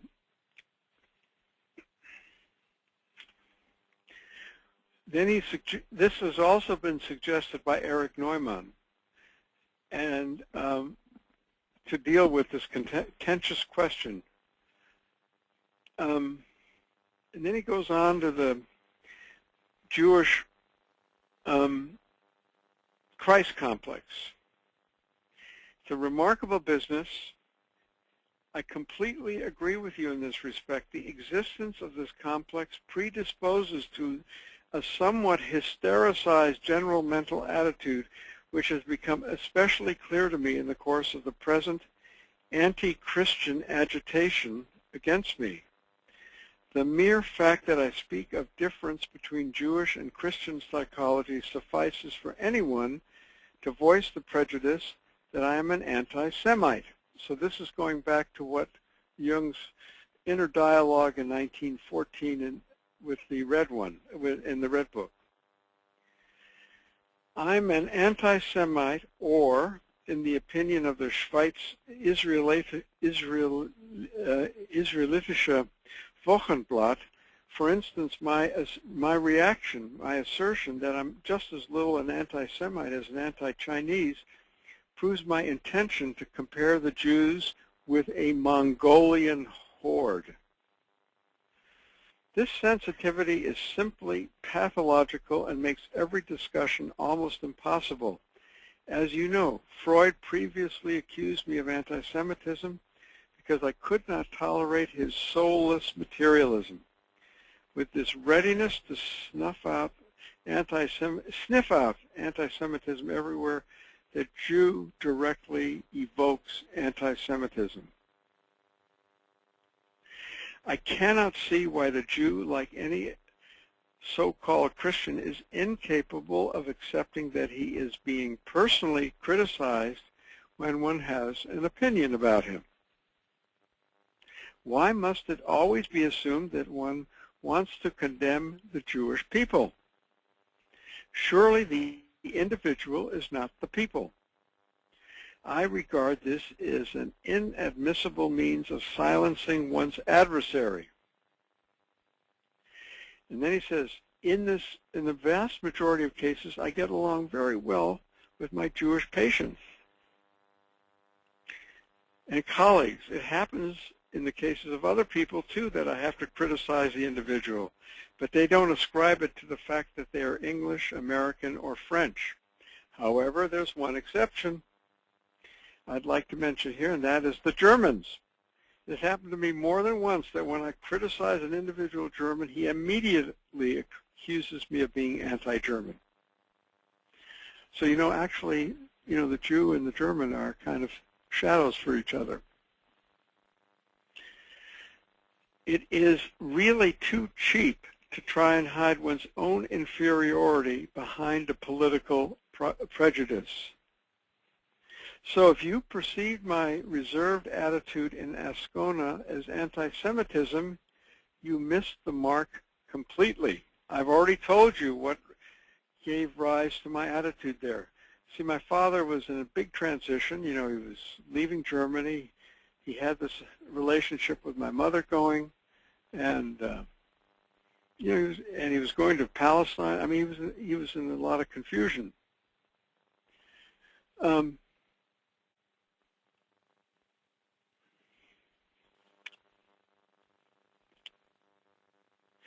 You can refer to the objective results of this Congress, this Nauheim Congress, which make it clear beyond all doubt that I can't be an anti-Semite. And in general, you really ought to know me well enough to what extent I approach each person as an individual. and I endeavor to lift them out of the collective conditioning and make them into an individual. This, as you know, is only possible if one acknowledges one's particularity, with which one is endowed by fate. No one who is a Jew can become a human being without knowing he is a Jew, since this is the basis from which he must reach out towards a higher humanity. This holds true for all nations and races. Nationalism is therefore a conditio sine qua non, no matter how objectionable it is. But the individual must not remain stuck in this nationalism. On the other hand, insofar as he is a particle of the mass of the people, he must not elevate himself above it either. And then he says, as a human being, I am a European. As an atom of the masses, I am a Swiss bourgeois, domiciled at 228 Seestrasse, Kusnach near Zurich. Now here comes a paragraph I just love, so defensive. I hope these explanations are sufficient for you. Otherwise, I have to offer you witnesses and references who would testify under oath to the truth of my statement. In judicial language, this is called, quote, probative tenders, unquote. I love it. So finally, I want to inform you that my new book, Wirklichkeit der Seele, has appeared. I've included in it a Jewish author on the Old Testament psychology in order to annoy the National Socialists and all those Jews who have decried me as an anti-Semite. The next thing that will be invented now is that I suffer from a complete absence of convictions and am neither an anti-Semite nor a Nazi. We happen to live in a period which overflows with lunacy.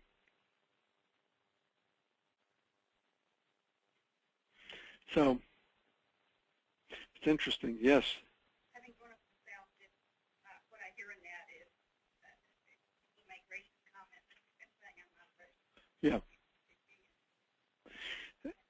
The statement was from Elizabeth, who grew up in the South, and says how racists say they don't make racist comments. Yeah, same justification as Jung is doing. Tom. I think that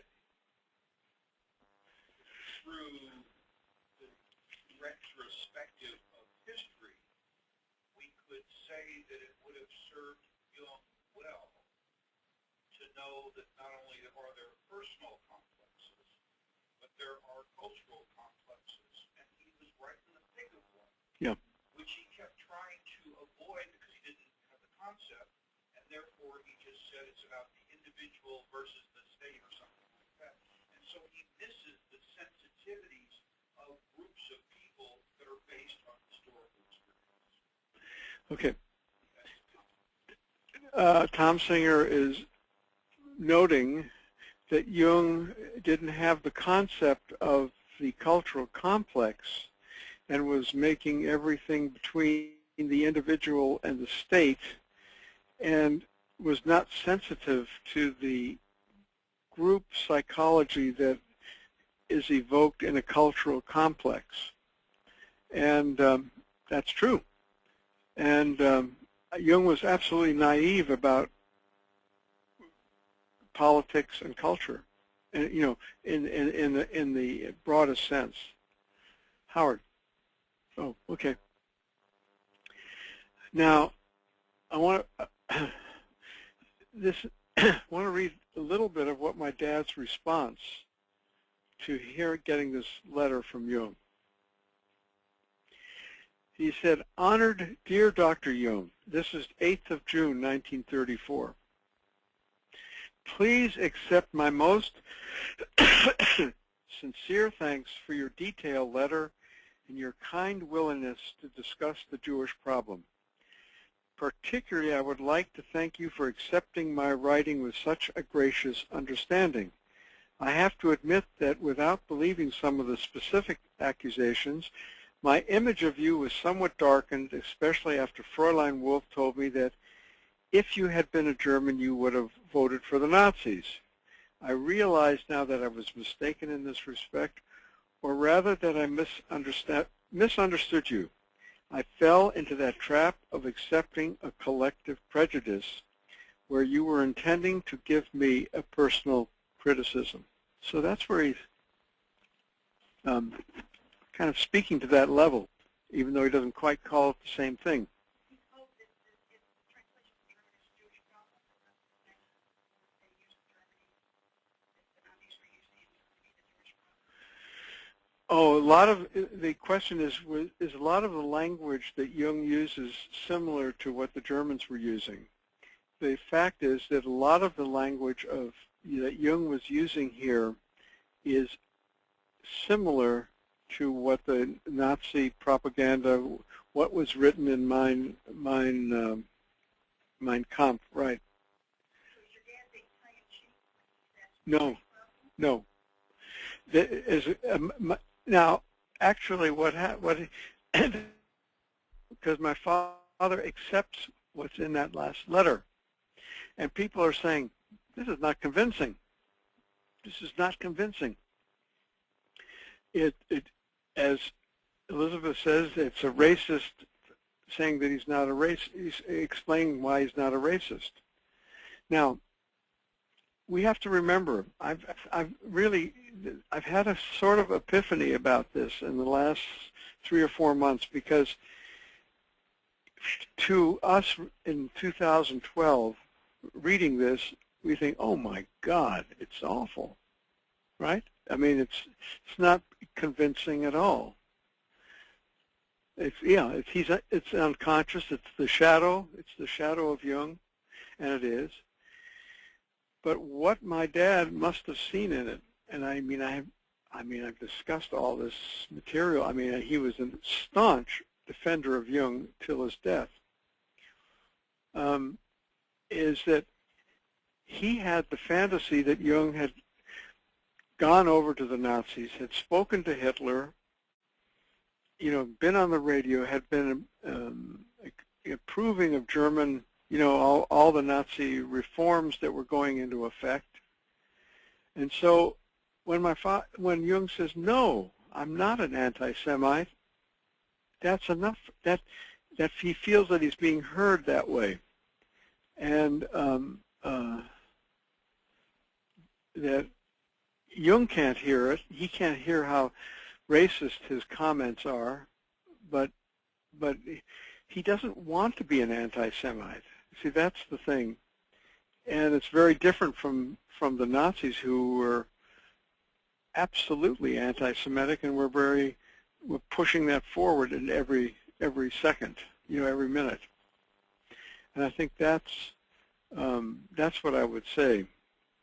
And then Jung has this, later on he apologizes and he has that heart attack where he nearly dies, and has that vision, which he says is the most important vision of my life. He says the most important, not vision, he says the most important experience of my life was that, where he was hovering above the world and the rabbi and the sacred marriage. Comments? Yes. He interpreted that. The question was, how did he interpret that vision? I'd have to get memories, dreams, and reflections to. I mean, it just impressed him. The positiveness of being in a Jewish garden, being cared for by a Jewish nurse, and having the sacred marriage done by a rabbi, by a very prominent rabbi of early Lurianic Kabbalistic training. Tom. I was just thinking about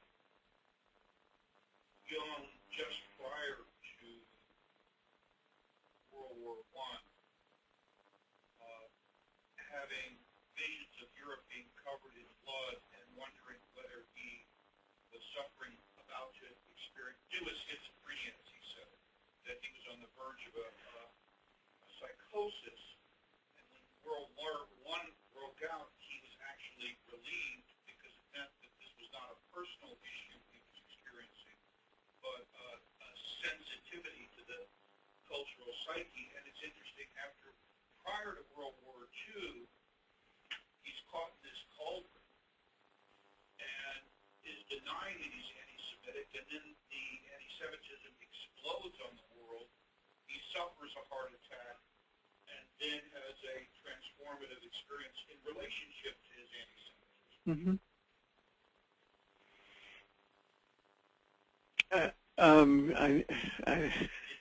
Sorry. Tom makes the comment about Jung having sensed before World War I, they had the vision of Europe being flooded over with blood all the way to the Alps, and that it stops right at the Alps. And he has that vision several times, and he thinks he's going crazy. And then World War I starts, and he realizes that his visions were something of a more collective level, and he realized it wasn't related to him personally in terms of his becoming schizophrenic, something that he did worry about at that time. And then it's ironic that the issue of the Holocaust and anti-Semitism is a major aspect of World War II, and then he has that vision after the heart attack of being cared for, and the ritual of the Jewish rabbi becoming very much more positive. So he gets caught up in a real transformation. And what we're reading about here in 1934, he's gotten caught in this whole anti-Semitic thing, and he doesn't realize it. And of course, it has a different meaning then, because there was an endemic anti-Semitism for centuries in all of Europe. Yes, Howard. This be a way to look at that vision that you're talking about like you were saying, that Jew needed to really accept the Christ. This vision kind of says the opposite, that he, as a German, has to the Jew. Yeah. Did you get that? Is that not only does the Jew have to accept Christ as an inner figure, Jung, in this vision of 1944, he has to accept the Jew as a part of his Christian background. Yes.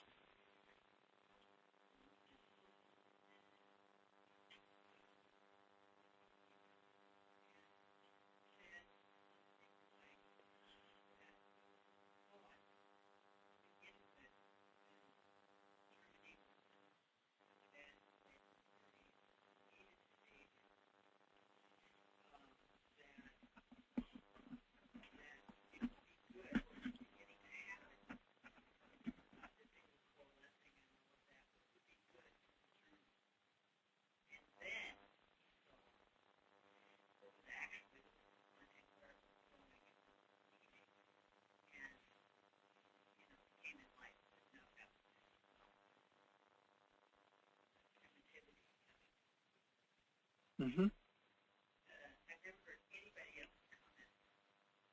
Well, sure. The comment was that the lady is talking about a seminar that Don Sandler, a prominent Jungian analyst here in San Francisco, who died about 15 years ago now, and he was very interested in the history of Jung, said that in 1933 and 1934, Jung was that the Nazi taking over was seen by Jung as a potentially positive experience, and that it was like Hitler was a savior. Well, there are a lot of, and I think that's true, and that's the apology that Jung makes both to my father, to Neumann, when Leo Beck, the rabbi of Berlin, who was in Theresienstadt during World War II and who Jung knew, when Leo Beck comes to Zurich, Jung goes to his hotel because Leo Beck used to stay with Jung before World War II. And it's only about in the end of 1934 that Jung realizes just the infectious, destructive nature of Hitler and the Nazis. And there's several places like where Jung talks about Hitler. He even analyzes a picture of Hitler and says, in a book by, it doesn't matter, Mettner, and so that he goes through a real change. But he says in a number of places, whenever he would go to Germany, and he gave a seminar in 1931 in Berlin and another seminar in 1933. Both of these are being going to be published by Philemon. And these, where he says that every time he would go to Germany, he felt infected by the craziness that was going on there, and he got caught up in it himself. That's what he says. He actually says that. And then when I get back to Switzerland, then I realize, whew, I'm glad I'm back home. But there was a way that he got caught up in it too. So he acknowledges that.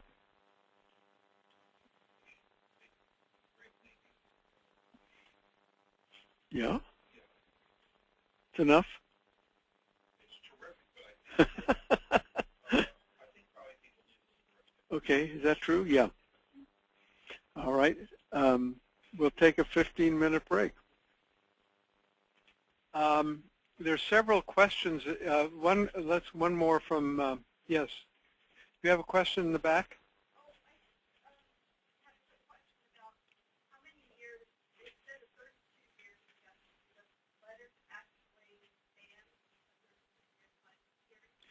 The question was, how long do these letters, it says it spans a 32-year period.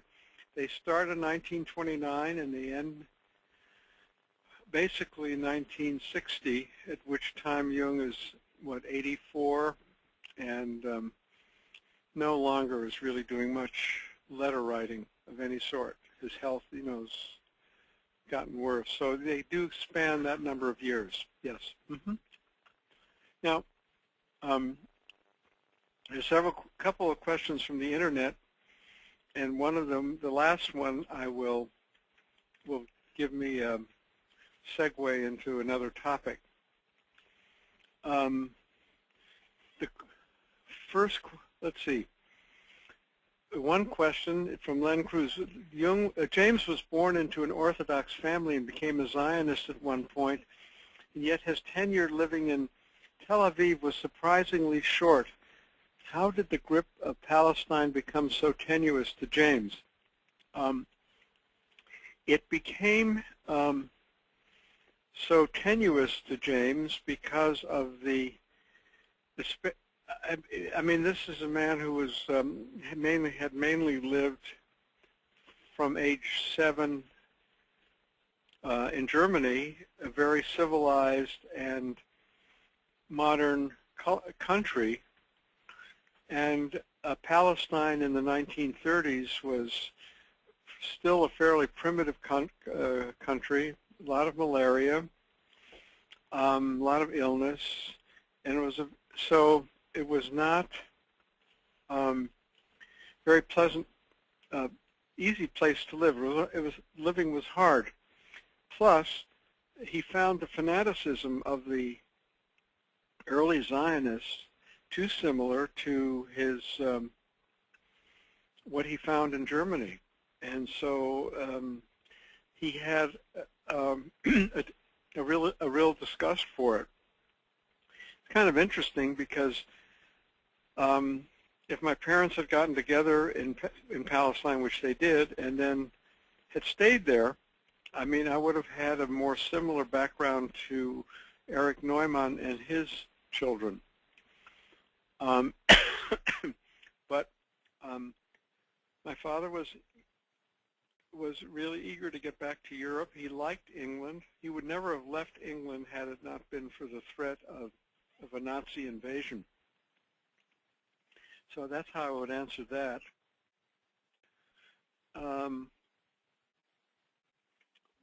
There was another question about did Jung influence, did my father influence Jung on Judaism? And were there others? Oh, there definitely were others. Certainly Erich Neumann influenced Jung a lot on Judaism, and their correspondence, I don't know the size of it. It's probably, similar in size, maybe a little bit larger, I really don't know, is it's going to take a while for it to come out. It's in the hands of Philemon at this time, and they've I think they've got an agreement with the Neumann children, they're my age or older, to publish. But I think this took 5 years. I could imagine the Neumann taking at least that, if not longer. So, but that's another. And it was Gerhard Adler, was another German Jew, and Leo Beck, and Abraham. Oh God, I'm blocking on his name. Anyway, Jung had several Jewish contacts who influenced him. I certainly think my dad was one of the larger ones. But it's interesting. So that's how I would answer that. Huh? One more from the internet about your parents. yeah. Now the next one is about my parents. So that if we're going to, we could spend the rest of the time on this question, but I don't want to. I mean, you've got the heart of the matter. There's a lot. I mean, Jung says a lot of other not so positive things about Jews, saying that they're all objective. But my dad becomes absolutely convinced that Jung is the man for him in that exchange that I've given to you. And I heard, I mean, so it's an interesting thing, because a lot of people can't understand how that would have convinced him. There was something that my father felt met by Jung, that Jung had taken the trouble to do as long. It's a 4-page response. He really spent a lot of time on it, and I think that that cemented their relationship. Now, I want to go on. There's another question here about how did my mother and father work out their affair, into how it made it into a marriage. Boy, is that a complicated issue. And was Jung helpful to them?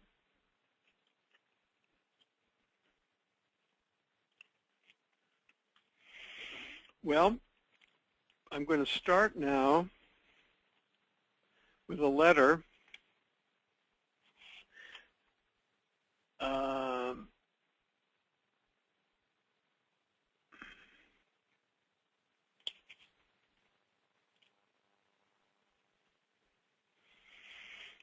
let's see where if I can, I hope I can find this.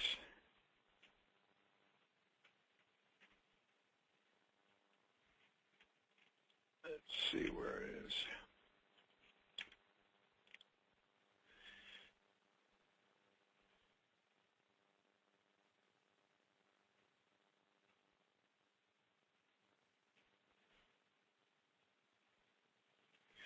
Okay. My mother, her first marriage was to a man named Herman Silber, so Jung writes to her in June 11th, 1934.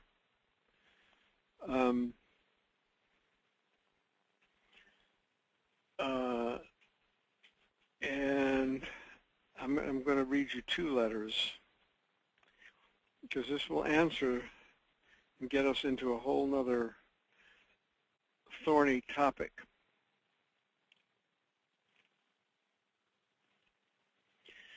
He writes to her and says, "Dear Mrs. Silber, the problem you present to me concerns the religious meaning of the transference, which is still apparently unresolved for you." Believe me, it was. "As long as the transference is active in the essentially instinctive realm, it's like an ape with the sun in its head." The reference to the ape in the sun in the head is uncertain, but it may have to do with Jung having seen these sight of great apes at sunrise when he took his trip to Africa. That you can find in Memories, Dreams, and Reflections. This ape searches instinctively for the ideas that are buried in Egypt, from whence comes Mosaic wisdom. It must be rediscovered, that which Egypt originally taught the children of Israel through Moses. The image in your dream of the Jewish second-hand shop then changes into the unappetizing pancake, which you make yourself. One must eat what one cooks in one's own kitchen. That is when the traditional symbols have lost their magical power. Since I would not want to correspond behind the back of your treating physician, I have taken the liberty of sending this letter to Dr. Kirsch, as he will be informed about our correspondence. So what Jung then writes to my dad, he says, my dear Kirsch, as an enclosure, I am sending you a letter to your patient, Frau Silber. I would ask you to let Frau Silber know that I've answered, and I would not want, however, to correspond with her without your foreknowledge. On a later occasion, I must say something to you about your article in the Jüdische Rundschau. Now, that gets us back. There were a series of articles in the Jüdische Rundschau, which is a Berlin German Jewish journal, which my dad, Neumann, and Gerhard Adler all wrote articles defending Jung. Unfortunately, those articles have not been translated into English. Okay, so that's the beginning of Jung's relationship to my mother. I'm reluctant to say what I want to say about my mother and father. I'll put it in very general terms. They never really satisfactorily worked out their marriage. And so actually that has given me a sense of the dangers of acting out the erotic transference and having it work out. Because they certainly both spent a lot of time in analysis and could not really, they never really made it work. That's who is that? What Len asked? That's the question he asked.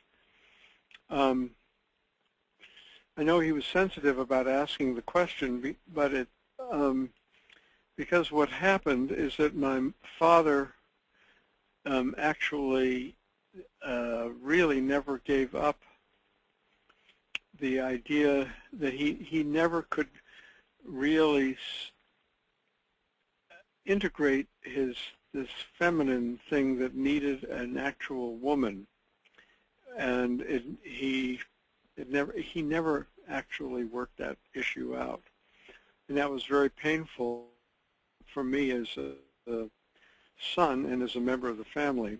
And as what I like to say is that the positive aspect for me getting into Jungian analysis and eventually becoming a Jungian analyst was through my mother, because what she said made sense to me.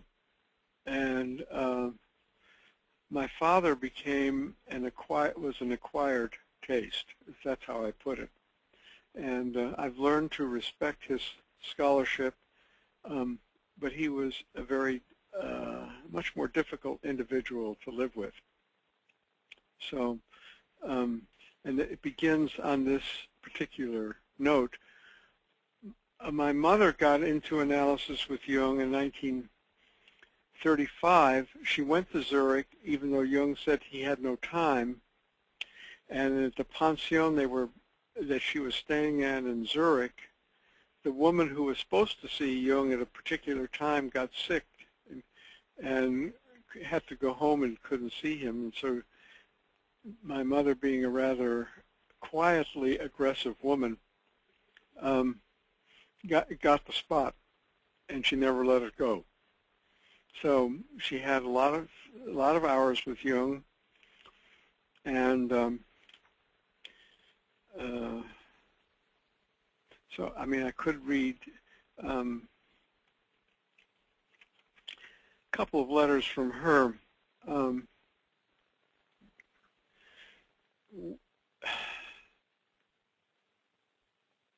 He did congratulate her when in 1936.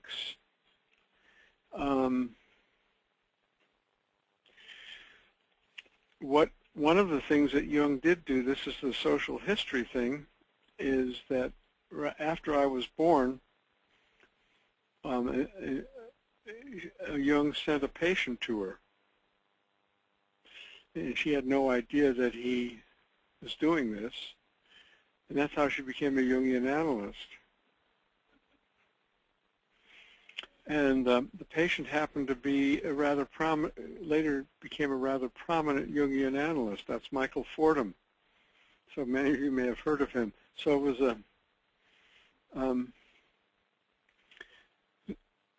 when I first met Fordham when I became an analyst in 1980, I saw him at when was it? 1971. I was at the Congress in London.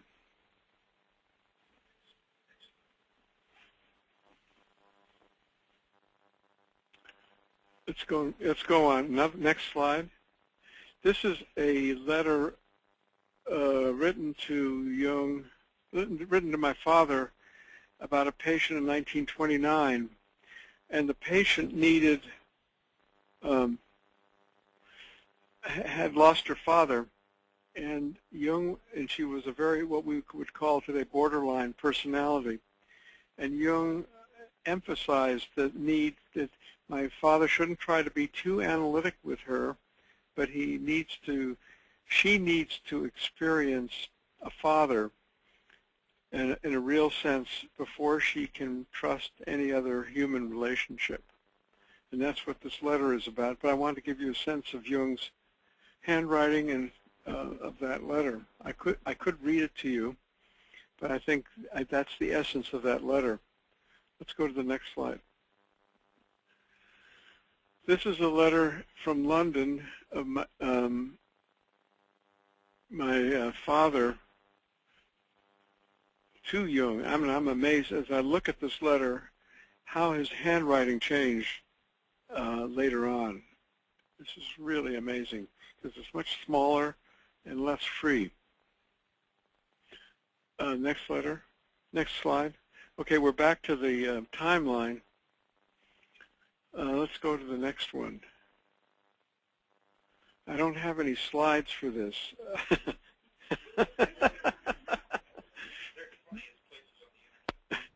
Yeah.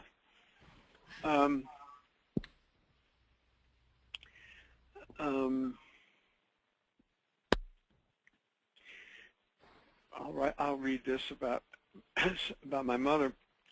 This is June 3rd, 1936. I was born June 14th, so she was very pregnant with me. Dear Professor Jung, exclamation mark. I recently wrote to Fräulein Wolf, that's the other woman in Jung's life who was a very good analyst.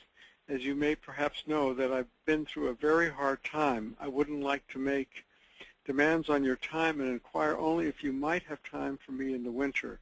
I could make myself free here for only about 3 weeks and would have to arrange it carefully with my enormously large household. This month I'm expecting the baby, and I have the feeling that with this pregnancy a great inner process as well has been set in motion. I'm very isolated here since the Jungian analysts who have now come here have so much to do with transplantation and outer reality. They aren't adapted to the inner world. I'd be very grateful to you if you could make time for me in November or January. I hope the practice allows me to come.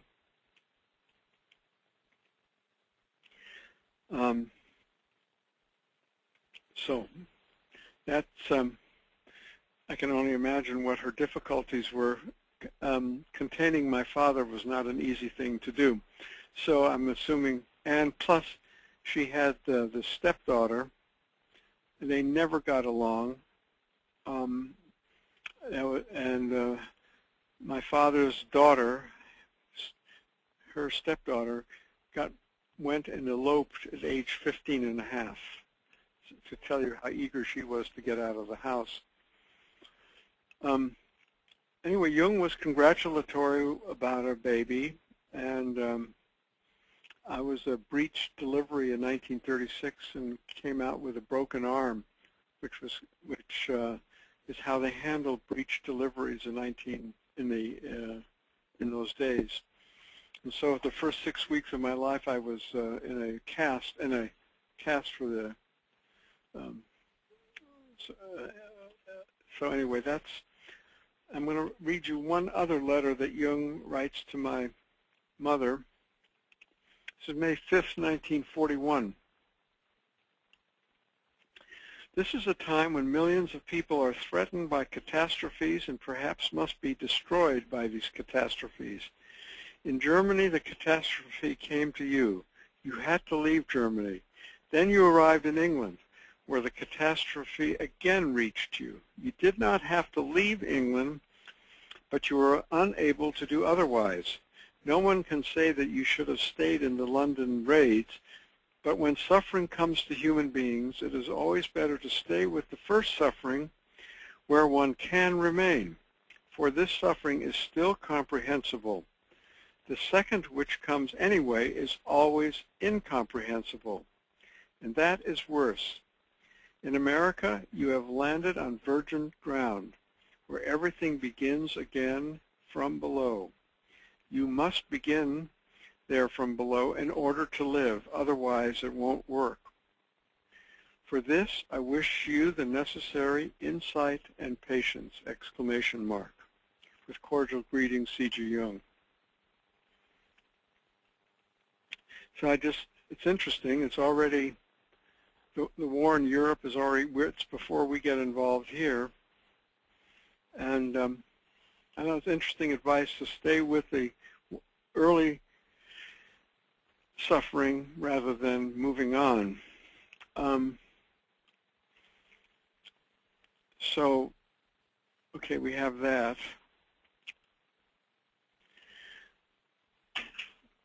um,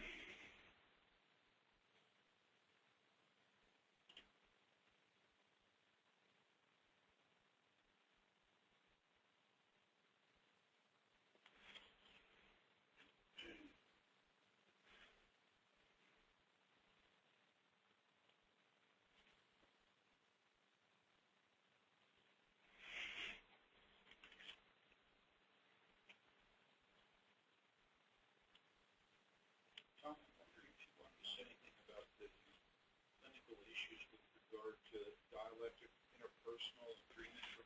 yes, I should. Can't forget. Yeah, I would have forgotten that.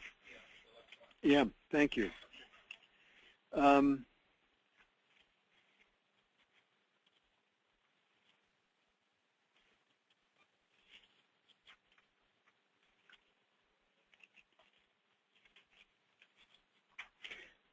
My father wrote a lot to Jung about Jewish Jewish mysticism, and I think he really was a teacher.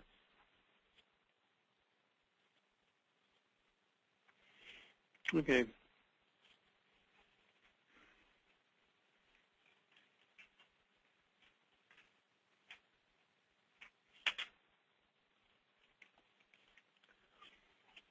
A lot of this early correspondence in 33 and 34 is about this organization that my dad was a member of and that Jung became the head of.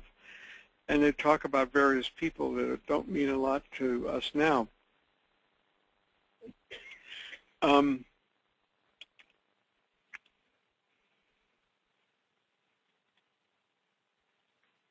There's more. This is a letter September 29th, 1934. And I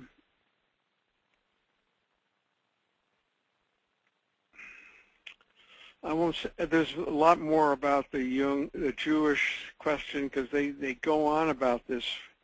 That doesn't, that settles it for my dad, but they go on and talk about it.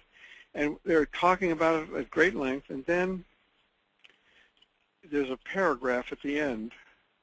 For all of you who are psychotherapists, is quite prescient, because when he then, in the last paragraph, he says, with regard to your patient, it is quite correct to say that her dreams have been induced by you. The feminine mind is earth, which awaits the seed. This is the meaning of transference. The less conscious one always receives spiritual fertilization from the more conscious. Hence the guru in India. This is a very ancient truth. As soon as certain patients start treatment with me, the types of their dreams changes. In the deepest sense, all of us do not dream out of ourselves, but that out of which exists between myself and the other.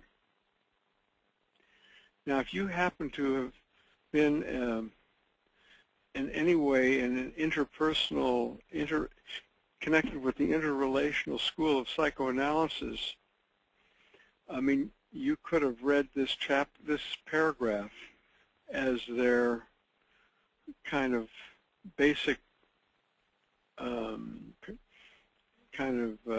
mission statement of what they're about.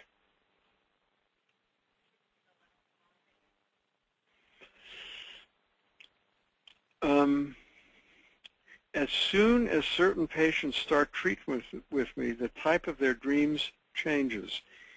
In the deepest sense, all of us do not dream out of ourselves, but out of that which exists between myself and the other.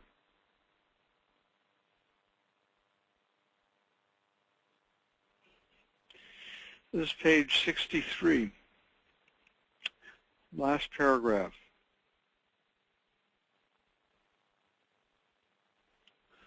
think it's, I've read this paragraph to certain psychoanalysts. They don't like hearing that this was written in 1934. So I've shut up.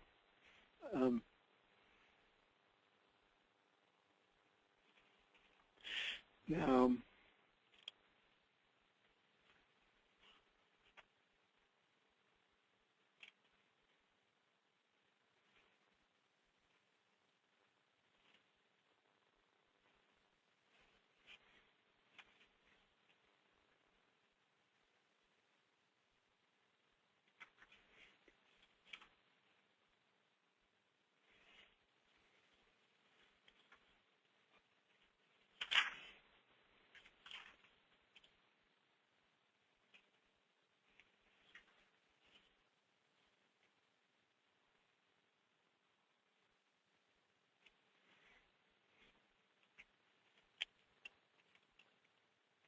now I'm going to read you a dream of a 22-year-old young person. This is my dad saying of course a 22 is a young person, who worked with me 2 years ago. I discussed this dream in detail in the seminar, but was in no way specific about its connection. I thought it was possible to give a psychological explanation referring almost entirely to this side, as it were, but I also indicated that some very different things could play a role here. A parapsychological phenomenon. The grandfather who represented the father for this young man died when the boy was 6 years old. It was a severe trauma for this boy and caused a hole or a particularly thin spot. As a result of this trauma, the young man is subject to very severe depressions. He calls them, quote, the yellow feeling, which render him unfit to work and prevent him from finding a lifetime career goal. When this dream occurred, he was somewhat conscious of the problem which the personal grandfather represented for him, but he hardly grasped the more general matter of death and of intrusions from a completely different world. Shortly before the dream, there was a dream in which a girl follows him, then he follows her, but what actually faces her, when he actually faces her, he's filled with disgust and places a wire gate between himself and her.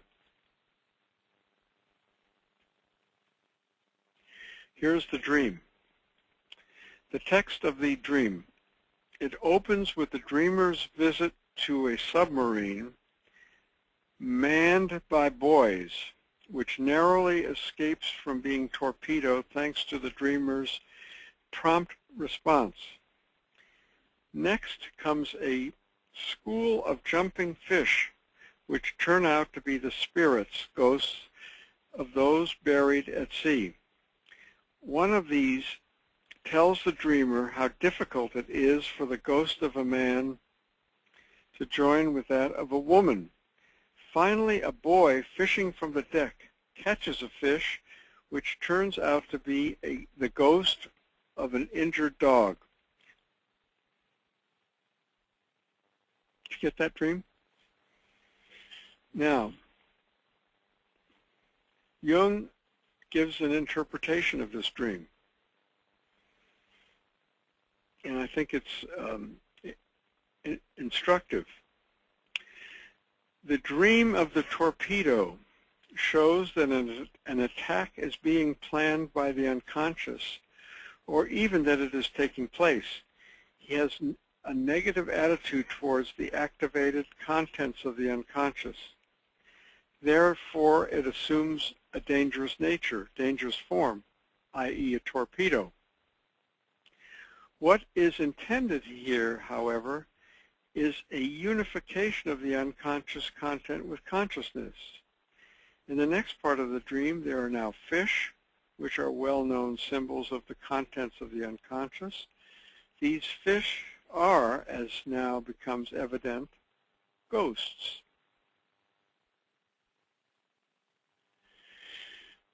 The dream is very explicit in this respect, and so this hypothesis should be accepted. For, quote, ghost signifies a special characterization of a content which, due to the possibility that ghosts exist, should initially and cautiously be interpreted in no other way. At best, we could speak of, quote, contents of the unconscious, unquote, but these could be expressed just as well by either fish or torpedo. Therefore, I would assume here that indeed something like, quote, ghost is meant. The last part of the dream is even more positive in that the young man is no longer attacked by the fish, but catches it. The fish turns out to be a disguised dog which is wounded. The dog represents the instinct accompanying man who, in this case of the dreamer, is wounded. This wounding needs to be brought into consciousness with the torpedo attacked. Thus, he is injured in his instinctual sphere by, as one might say, a ghostly attack. If the disturbance to his instinct can be healed through analysis, the ghostly attacks will cease, from which it will then be concluded wrongly that the cause had been a common neurotic disturbance. If we look at the dream in a literal sense, however, the original cause was a ghostly activity which injured the dreamer's unconscious, but by this means the reality of the ghostly agent is not gotten rid of. Thus, analysis only integrates the effects of this attack, and with that fulfills the latter's purpose. One could say, for example, the grandfather wanted his grandson to make the spiritual progress which he was not able to achieve.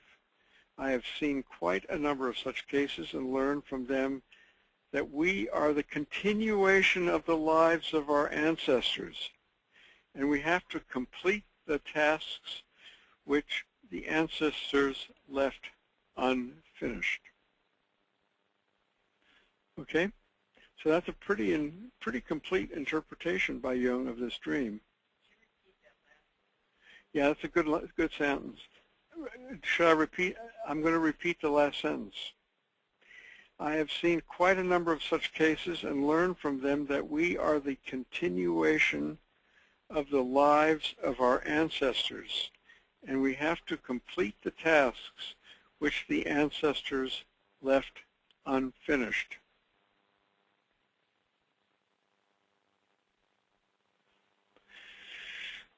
So, what did I think of that interpretation?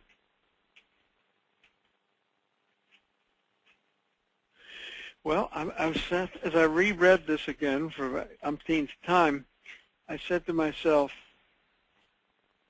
well, Jung says this, what did I think of this interpretation? 40 years ago when I began my analytic practice, I might have interpreted a dream that way. I mean, I would have talked about contents of the unconscious, and the torpedoes and I would have felt okay. But today, I mean, first of all, it's interesting that Jung doesn't ask for any more associations except what my dad has written him. And he goes right ahead and just takes off on the dream. This is a kind of thing that Mary Louise von Franz does too. And she's, in her thing, The Way of the Dream, she takes a number of dreams and just very little association, just tells you what she thinks it means. So we have that. Today I would definitely ask for many more associations and ask the person, the client, to talk about what their feelings are about the submarine and the torpedoes and fishing and being wounded and the dog being wounded. Because I think you can get a little bit into a sense of a fixed symbolism, number one. And number two, you can get into, I mean, Jung says, well, we didn't really solve the problem. I feel quite satisfied with solving, that was enough of the issue. But so that, I mean, that's putting me on the spot, but that's what I would say that. I put you on the spot because for precisely the reasons that 40 years later you question, how does he know all that? Yeah. And either he was a genius, but maybe he didn't know everything. Yeah. And maybe that isn't the meaning of it. Maybe that's just what 3 means. Well, the comments from the audience are that that it's a little that it presupposes, how does Jung know all this, and how can he say all that without more associations and more kind of interaction with the client? I guess on another level you can say, well, Jung was trying to explain a certain way, a certain theory of how he dealt with the dream. And from that point of view, I can accept that, because I've done that too. Anyway, I presented that because Jung gives such a complete interpretation, or for him, a complete interpretation, and it's we don't have that many examples of where Jung actually, you hear Jung actually just taking on a dream like that. One of the great things about reading this book is it's all happening then. You could say on one hand they're just making it up. Mm-hmm. But what's wonderful is you get a lively exchange of how do we approach a dream, or what happened in this relationship. And so I think one of the reasons this book should be read is you have the feeling you're right with them as they're actually creating it. And that really needs to be said. The comment is that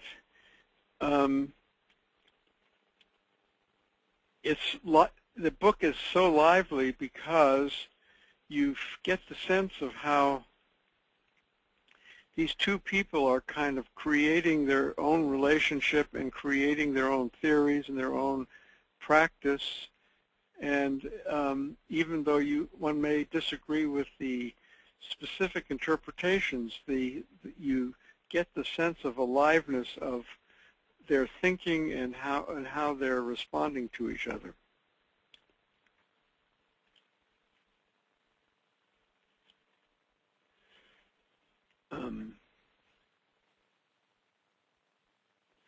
Now I want to read you another letter. Then I'm going to show you some pictures.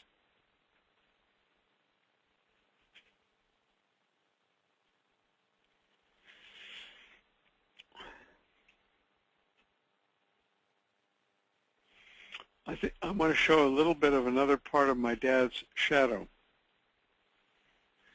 Dear Professor, this is June 7th, 1954. On May 22nd and May 23rd, the Los Angeles and San Francisco groups held a joint meeting in Carmel. The scientific portion consisted of 2 lectures, one by me about a story by Jack London, and that's it's called The Red One. It's the last story that Jack London wrote before he died in 1916. And Jack London had read Jung's The Psychology of the Unconscious and had been quite influenced by it. And my dad really loved the story of The Red One. And anyway, he gave a paper on The Red One, which is in the appendix. And there was another lecture by Joseph Henderson on transference. Under separate cover, I'll send you a copy of my lecture, and Henderson will present his lecture again in a somewhat altered form this summer at an international congress. Essentially, the meeting served to let the members of both groups get to know each other and discuss organizational questions. The result was a significant rapprochement of viewpoints, even if no agreement was reached, since our attitudes are so diverse. If I may say it in somewhat simplified terms, what's essential for LA is the attitude of the unconscious, while San Francisco hopes to be accepted someday as a Jungian group in the AMA. And in the APA, the American Psychological Association. These vastly divergent attitudes make it finally impossible, in my opinion, to unite the two groups organizationally. Nevertheless, here in Los Angeles, we became aware of how inadequate our attitudes are to the local collective, medical and psychological.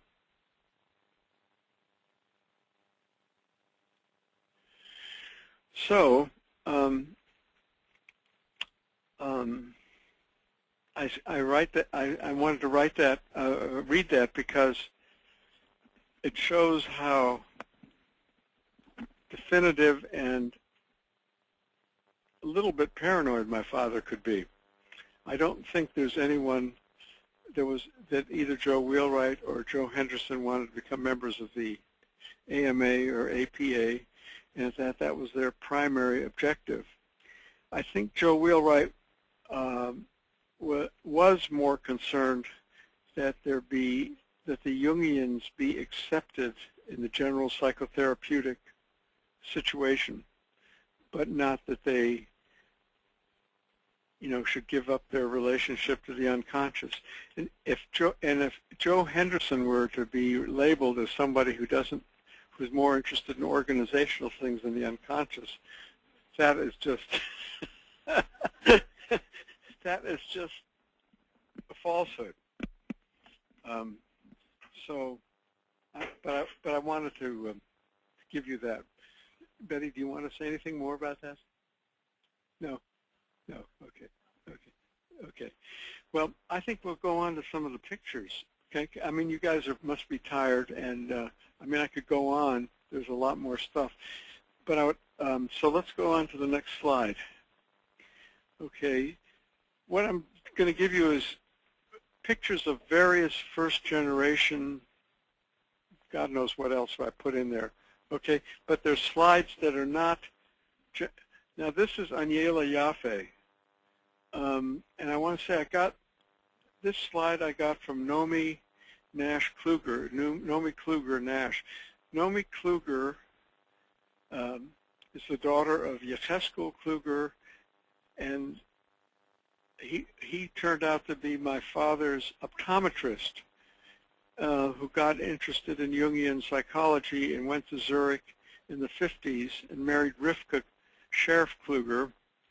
And some of these pictures are from Nomi. She graciously lent them to me. And this is Aniela Yaffe, who was Jung's. First of all, she's German, and she almost had her MD degree, and then she got kicked out because of the Nazis. She's Jewish. She became the secretary to the Jung Institute in Zurich, and then became Jung's personal secretary from 1955 to 1961. This is her in the 1950s. She was an absolute bookworm. She read. She's very intelligent, sensitive, lovely lady. So I've got several pictures of her because she and my father were really very good friends, and she was a very good correspondent. And I have about 20, lots of letters from her. Now this is my father, in the middle, with Aniela Yaffe on the left, Liliana Frey-Rohn. After Jung died, my dad did see Liliana as an analyst for 20 hours, and then they became very close friends. I saw her also as an analyst, and she was she was the best woman analyst I ever had, and I had 2 or 3 others who were not as good, believe me. And she became a major analyst in the Jung Institute in Zurich until she died. I can't remember, 1990, something like that. Okay. Here's another picture of Aniela Jaffe in the 50s. Here she is in her 80s. I think it's a lovely picture of her. Okay, next slide. Now this is at Bollingen. This is Jung talking with Rivka Sheriff-Kluger. This is from Nomi. And that's a very typical pose for Jung. This is, you know, a private picture. That's in Bollingen. That's in Jung's tower. Yeah. This is Freddie Meyer, C.A. Meyer. He was, we can go back a little bit to in the 30s, he was Jung's honorary secretary and wrote most of those letters to that International Medical Society. He was a psychiatrist. He analyzed with Jung in the late 20s, and he took over Jung's position as a professor at the Swiss Technical School. He became the first president of the IAAP, and he was the first president of the Jung Institute in Zurich. And he was actually my first analyst. He was a good analyst, a very good analyst. Now this is 1956. You recognize Liliana Fry, my mother with her hand on her cheek, a very, very typical way my mother was. The man in the middle was Gerhard Adler. He became a very prominent Jungian in London. And that's his daughter Miriam, who at the time must have been about 10 or 11, because when she was 16 or 18, she was absolutely gorgeous. She wants nothing. She became very angry and nasty about Jungians. After her parents died, she wanted nothing to do with any of this. So that's another way you can go as a child of two Jungians. But okay, this I actually should have brought the whole menu today. In 1958,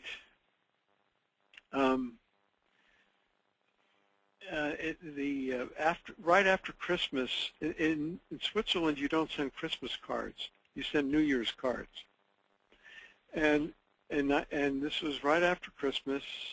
Jung and a bunch of his close associates, Barbara Hanna, Mary Louise von Franz,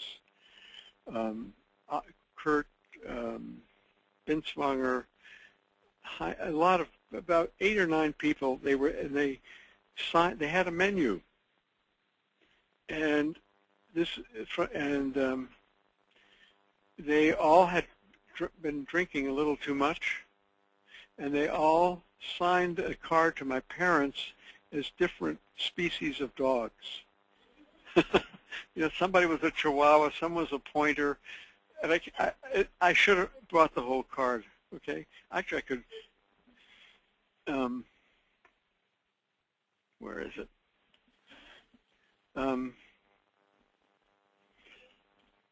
I think I have translations of.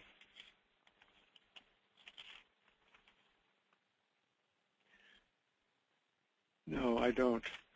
But I have the original, and actually it was Anne Lammers discovered it when she was doing all this research. I can't remember now if he was a pointer for wildlife. You know, for wild, yeah. He was a pointer. He was a pointer. Okay, next one. This is the lecture hall at the Swiss Technical High School in Zurich, where it's the university. It's a very famous university actually. Einstein went there after he left Germany, and you have a number of Nobel Prize winners there and whatnot. Anyway, that's where the first IAAP Congress was held, and this is the room where it was held. And you can see Adler over there. And actually, you can see Mary Breener, and you can see your friend Joe Wheelwright. And this is Elizabeth Osterman, who was at one time, he's dead, she was an early analyst here. And so this is Adler and his wife Hella. Anyway, I thought that would be interesting, kind of a little social history. Okay, next slide. Now this is personal to me because the man on the far right, Ziggy Hurwitz, was Jung's dentist.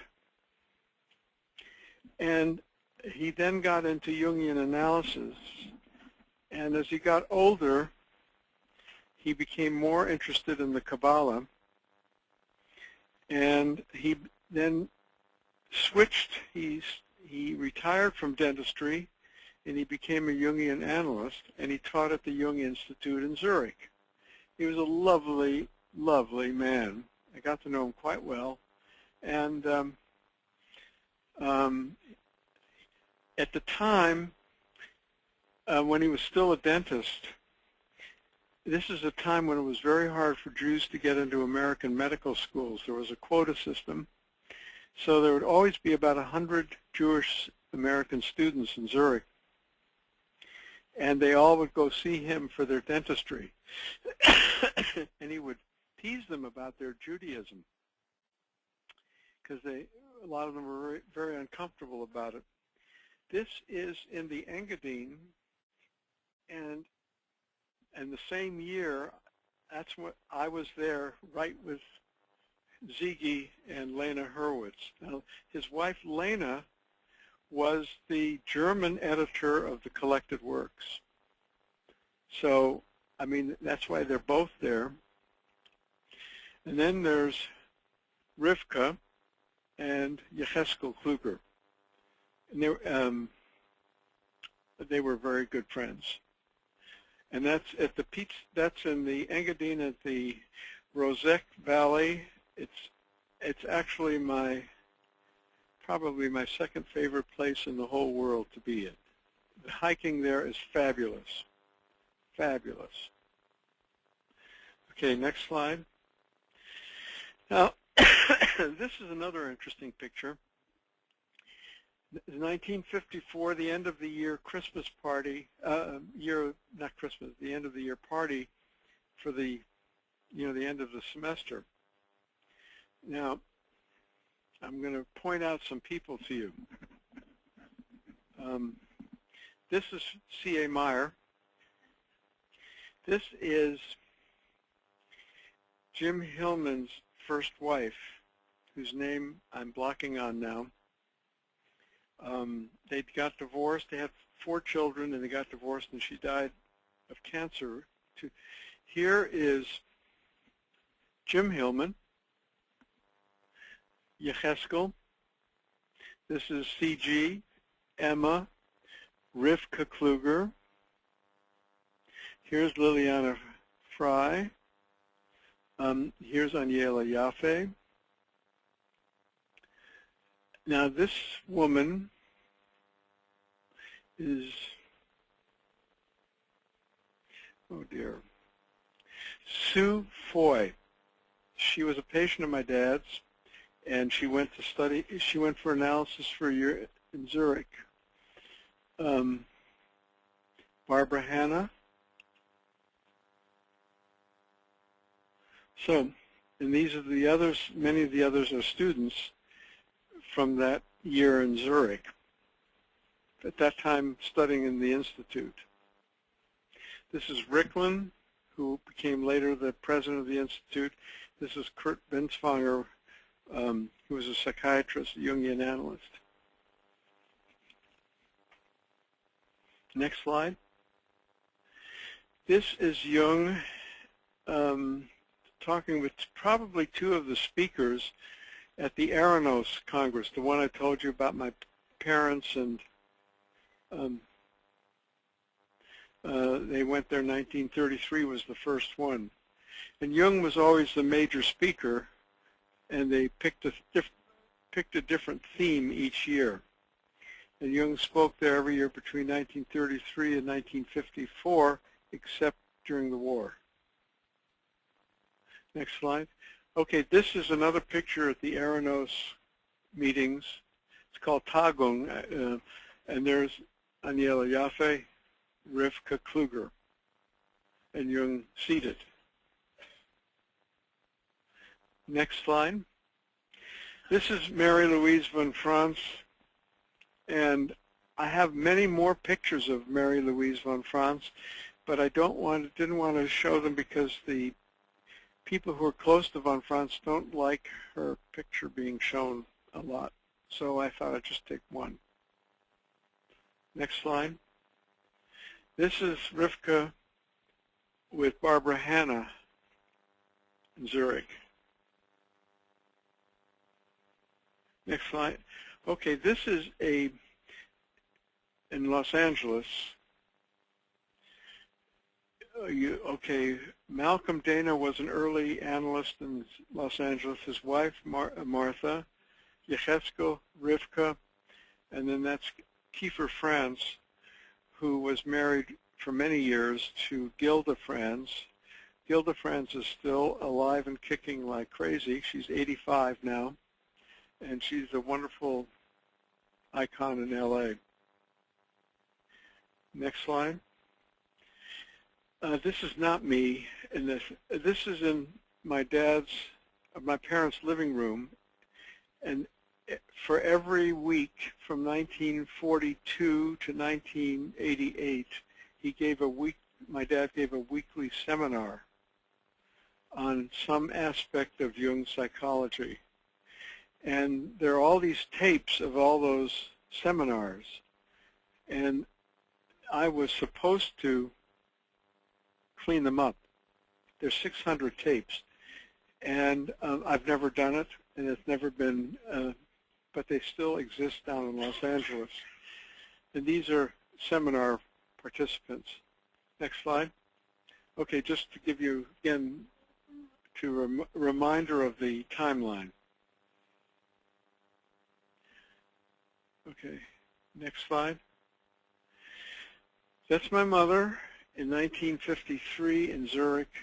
This is the man, Ernst Bernhardt. He was a German Jew who fled to Rome in the mid-30s, and he analyzed with Jung, and his correspondence with Jung is in Italian, if anyone reads Italian. And Bernhardt became the founder of the Italian Jungians. He was also Fellini's analyst for 7 years. So when you look at La Dolce Vita or 8½, or Juliet of the Spirits, you can see sort of Jungian influence. This is my mother in her 70s.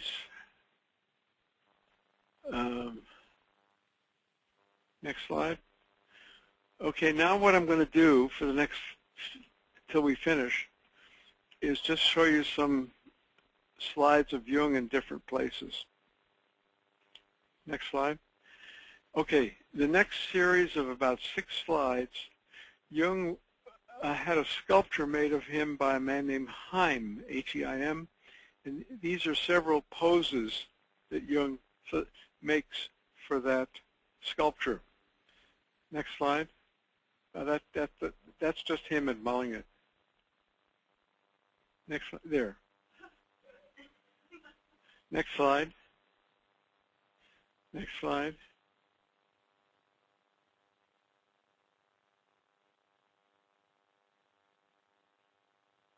Okay, those are the, Ryan, we went through the slides of the, we're now at Jung at Bollingen.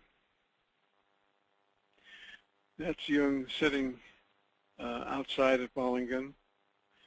And there's another typical way he liked to be when he was out in Bollingen. And I think that's it. So we have a few minutes for questions. Any more? I think we've kind of done it, don't you think? Uh-huh. I think that it's a universe. I mean, when you convert your dentist, your optometrist, gynecologist, they all become Jungians. Is it a cult?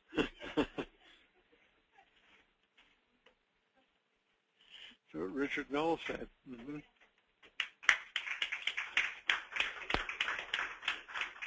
Thank you. Ryan?